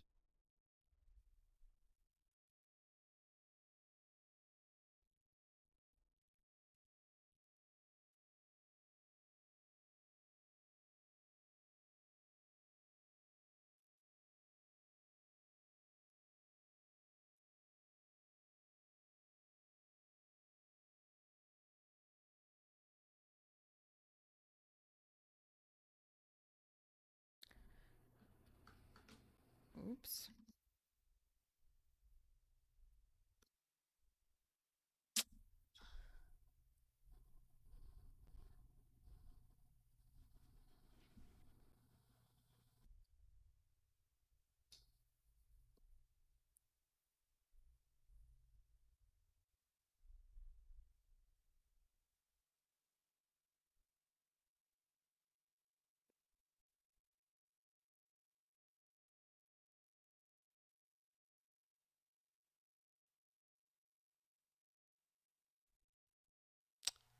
When you say you use dodge and burn, are you talking about how Photoshop has its own kind of like tool in there? Because I don't think Krita has anything like that. But we do have like a layer style, which I do use dodge. So that is something that I use once in a while.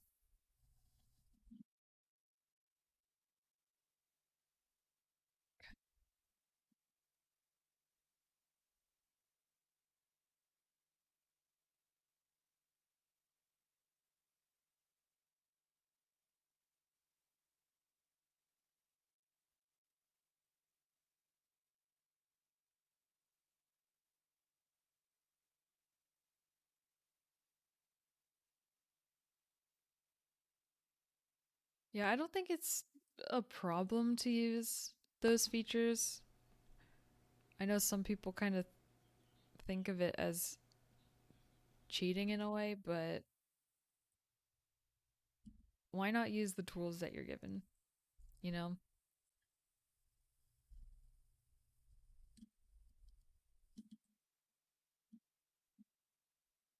it's definitely good to know how to paint to the point where you like the painting without having to edit it,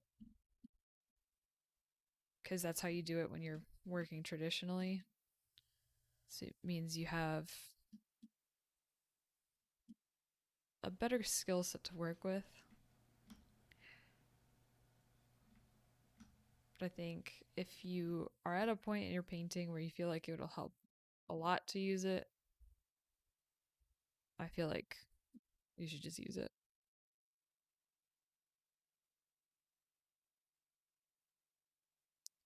But I'm also coming from a point, from a perspective where art is just a hobby for me, so I want it to be fun. So if dodge is fun, I'm going to use it.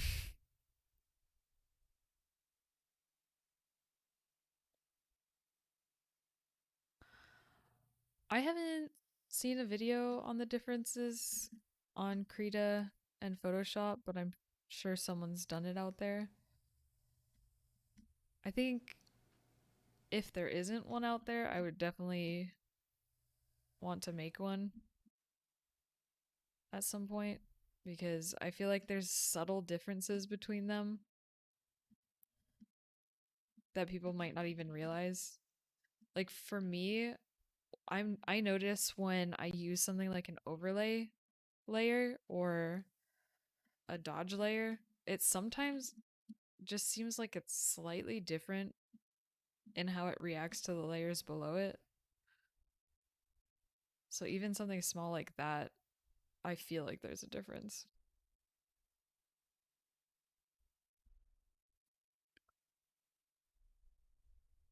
But even if there is a difference with layers like that, it's not like you can't achieve the same look, you know? You just have to do it slightly differently.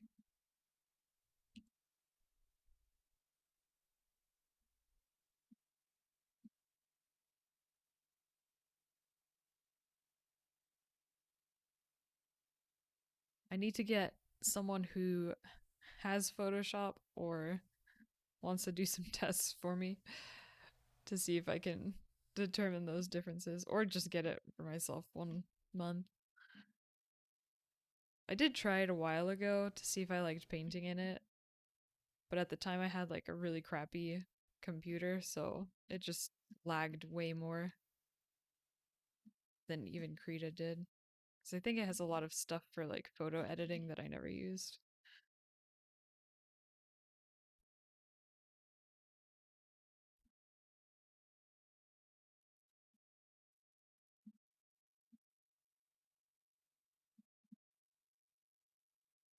I think for me, I want to do art for like some part of my career, maybe freelancing in some way.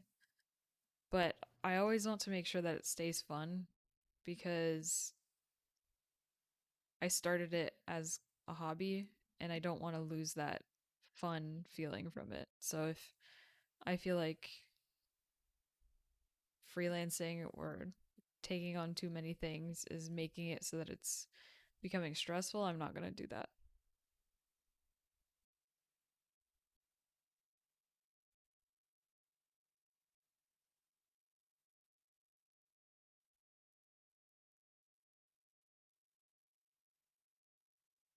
Yeah, so for me, Photoshop did lag more than Krita.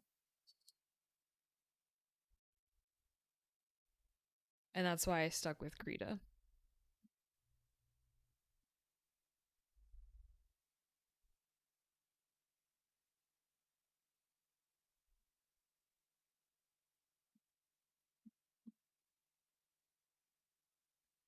I do think if you make your hobby a job, it can add a lot of stress to it, but a lot of people seem to love having a job that involves their hobby. You just have to find a way of making sure you still have fun.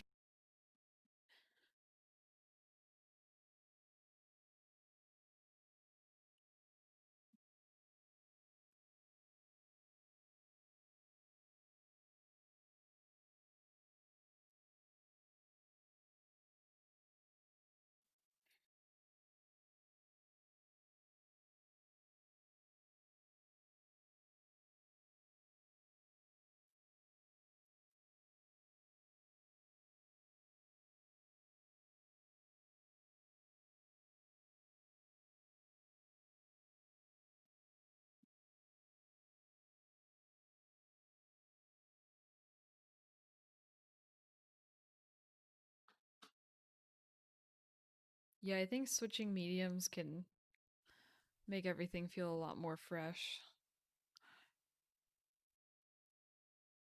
Because I know when I tried doing some traditional art after doing digital for a long time, I had so much energy towards it because I was like making things that I hadn't even considered. Because I feel like different mediums make you paint differently and like create art that you wouldn't have otherwise.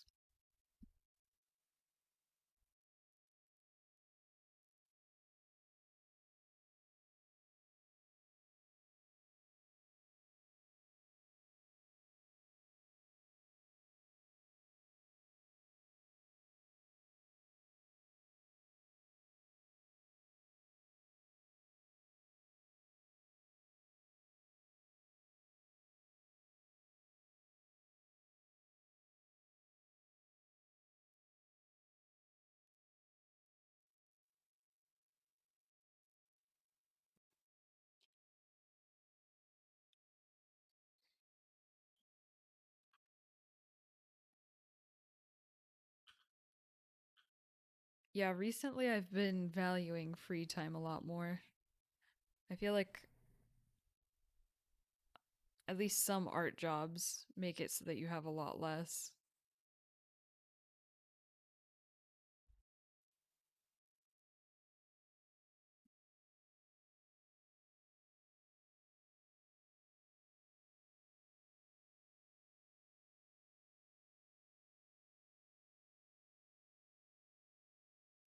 If you're doing like freelancing, then you have to worry about getting the next job. And if you take a vacation, you're like not getting paid for it because you're not technically working. Lots of complicated aspects of it.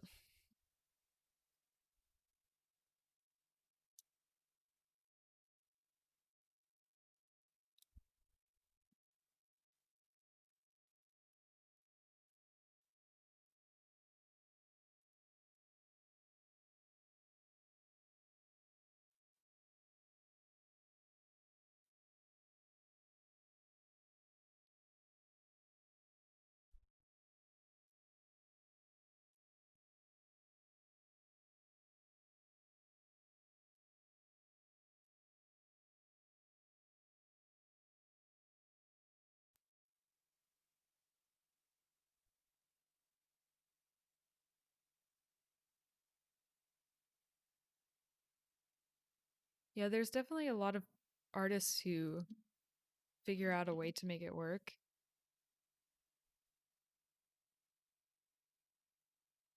I just sometimes feel like we aren't seeing all the time and effort that goes into that and stress.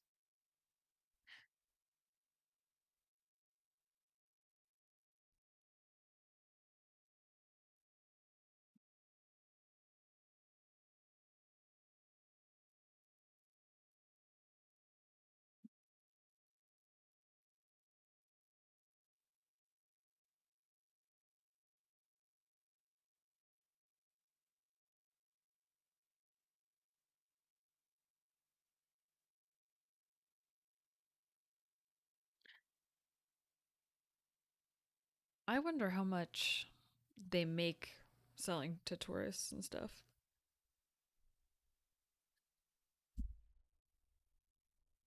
I mean, it's not like you need to be rich from doing your job, but like how much do they stress over how much they're making, you know?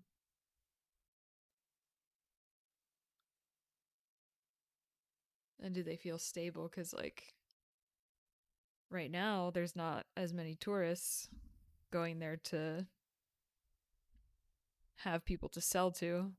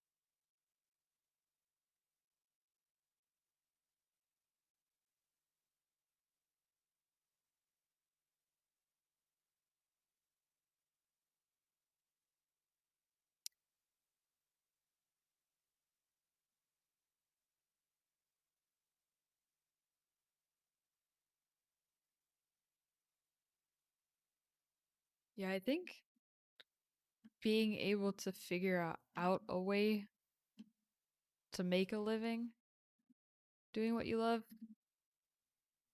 would be really nice. I just want to make sure that there's a balance where you're not making that your entire life.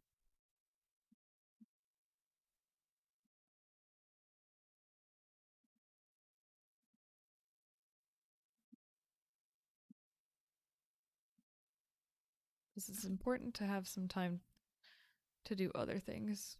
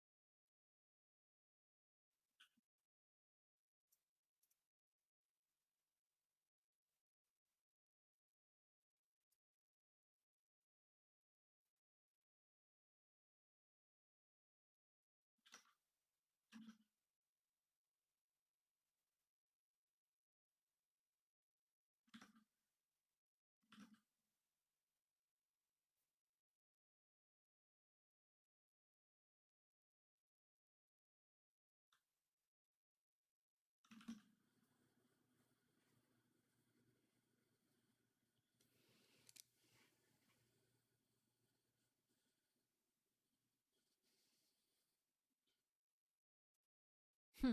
Sounds like he has the ideal situation there where he doesn't have to feel stress to like create something new because he resells the things he's already made.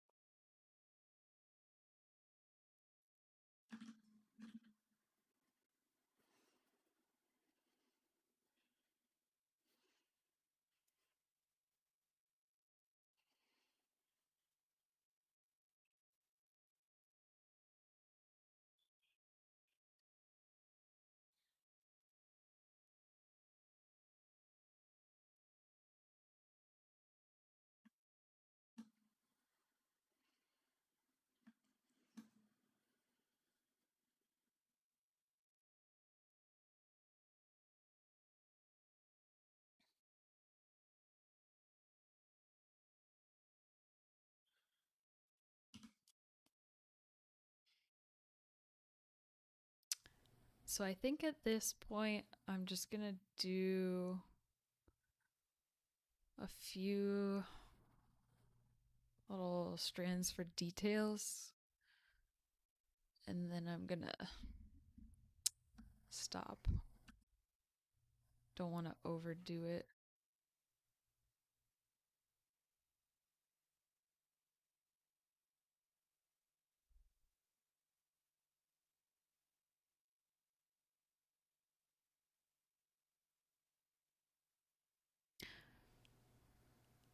Hey Vroom, I use a digital tablet. I use a Wacom Intuos Pro Medium. Sometimes I will work in Procreate and then use that tablet screen.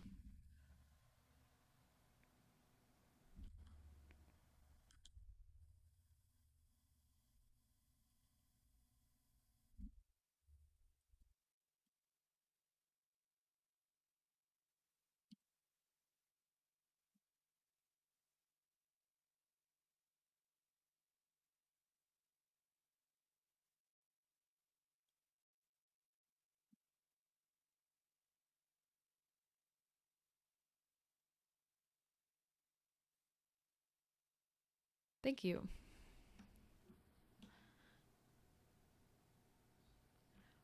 I will say that this is not how it usually goes. I have a lot more trouble with figuring out the lighting, but this time I'm doing a study, so I'm kind of following the lighting that was already set in the reference image and then kind of just making it more dramatic. For some reason, past few times I've drawn, it's gone a little bit more smoothly than other times. Hopefully that keeps going.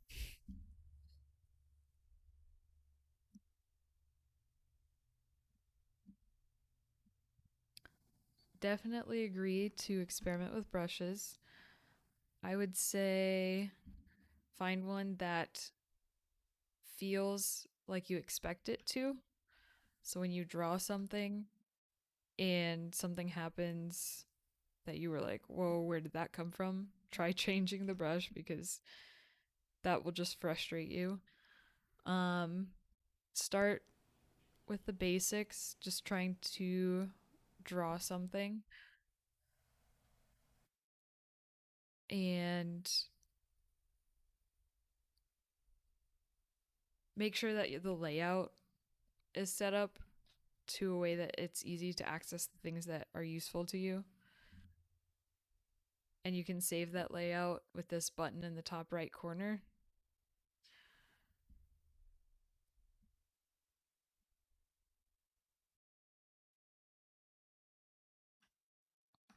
Other than that, just experiment. I feel like what made me get used to Krita the most was just trying to paint something. If you're new to digital art in general, then I would look up some videos to see how other people start out in digital art. I think, what was the name of it? I can't remember right now, but there's one specific to learning how to paint digitally.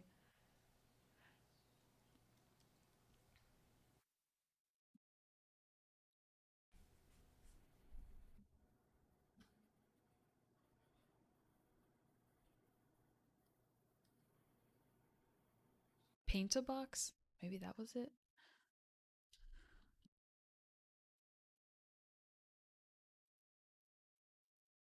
No, that's not it.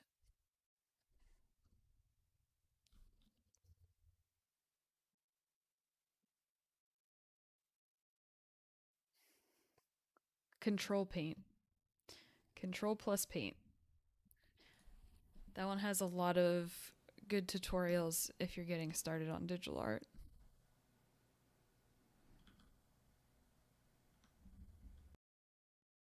Yeah, Drawbox is another one. That one's in general to learn how to draw, but Paint, Control plus Paint goes through the general controls of painting digitally. I think they are specific to Photoshop, but a lot of the same features map to Krita.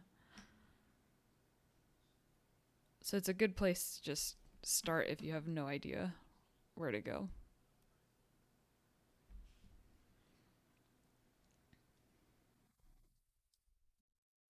GIMP actually has a lot of similar features to Photoshop. I think it has more than Krita in terms of editing, at least.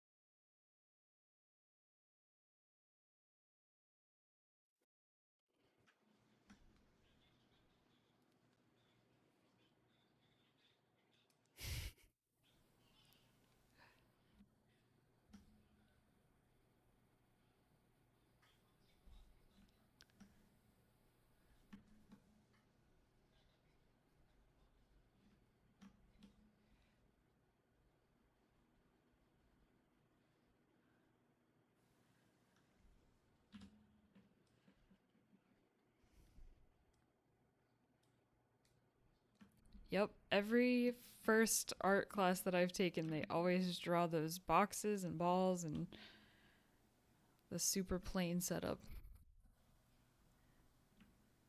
But every time that I did that kind of practice, I feel like it helped me learn a little bit more. So it's definitely a good way to try out new programs.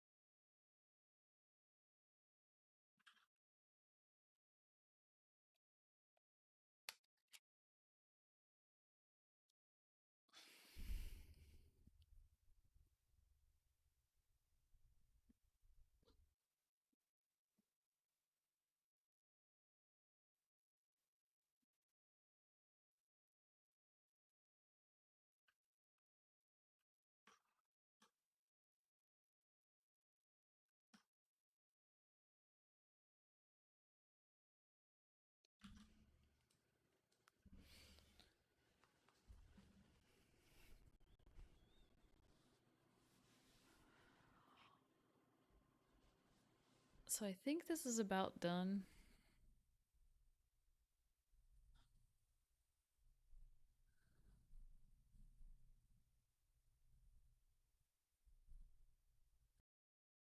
I'll probably leave it for now and see if I notice anything I want to change tomorrow. It would probably be any pretty minor things that I'm changing because I feel like I've been staring at it too long.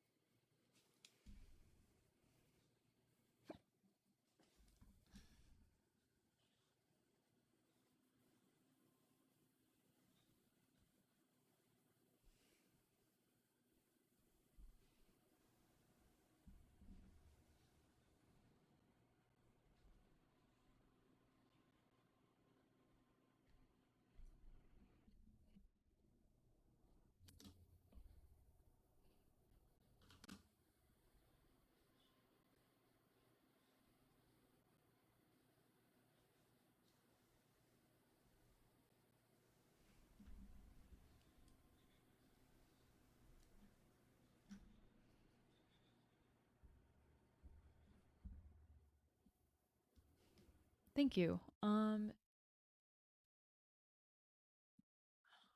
Oh, if there are any warm ups in art, shouldn't there be cooldowns too? I feel like that makes sense. I don't know what a cooldown would be though.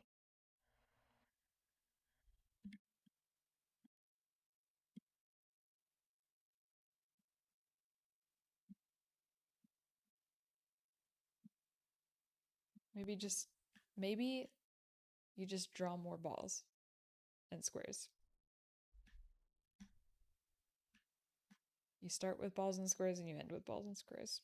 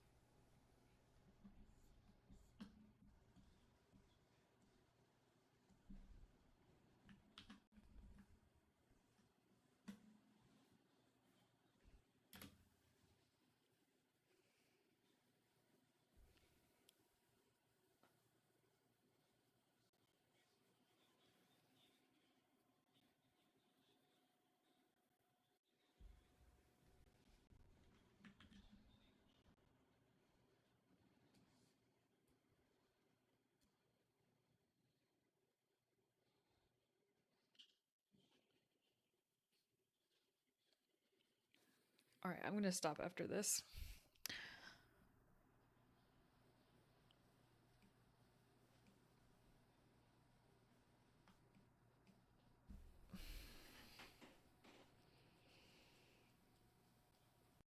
I think that's been enough painting for today.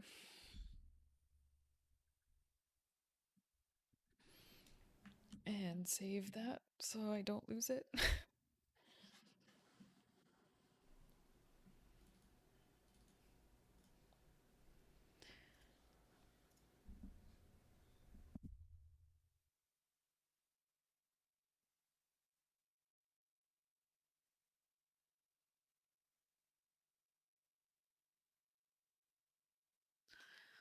All right.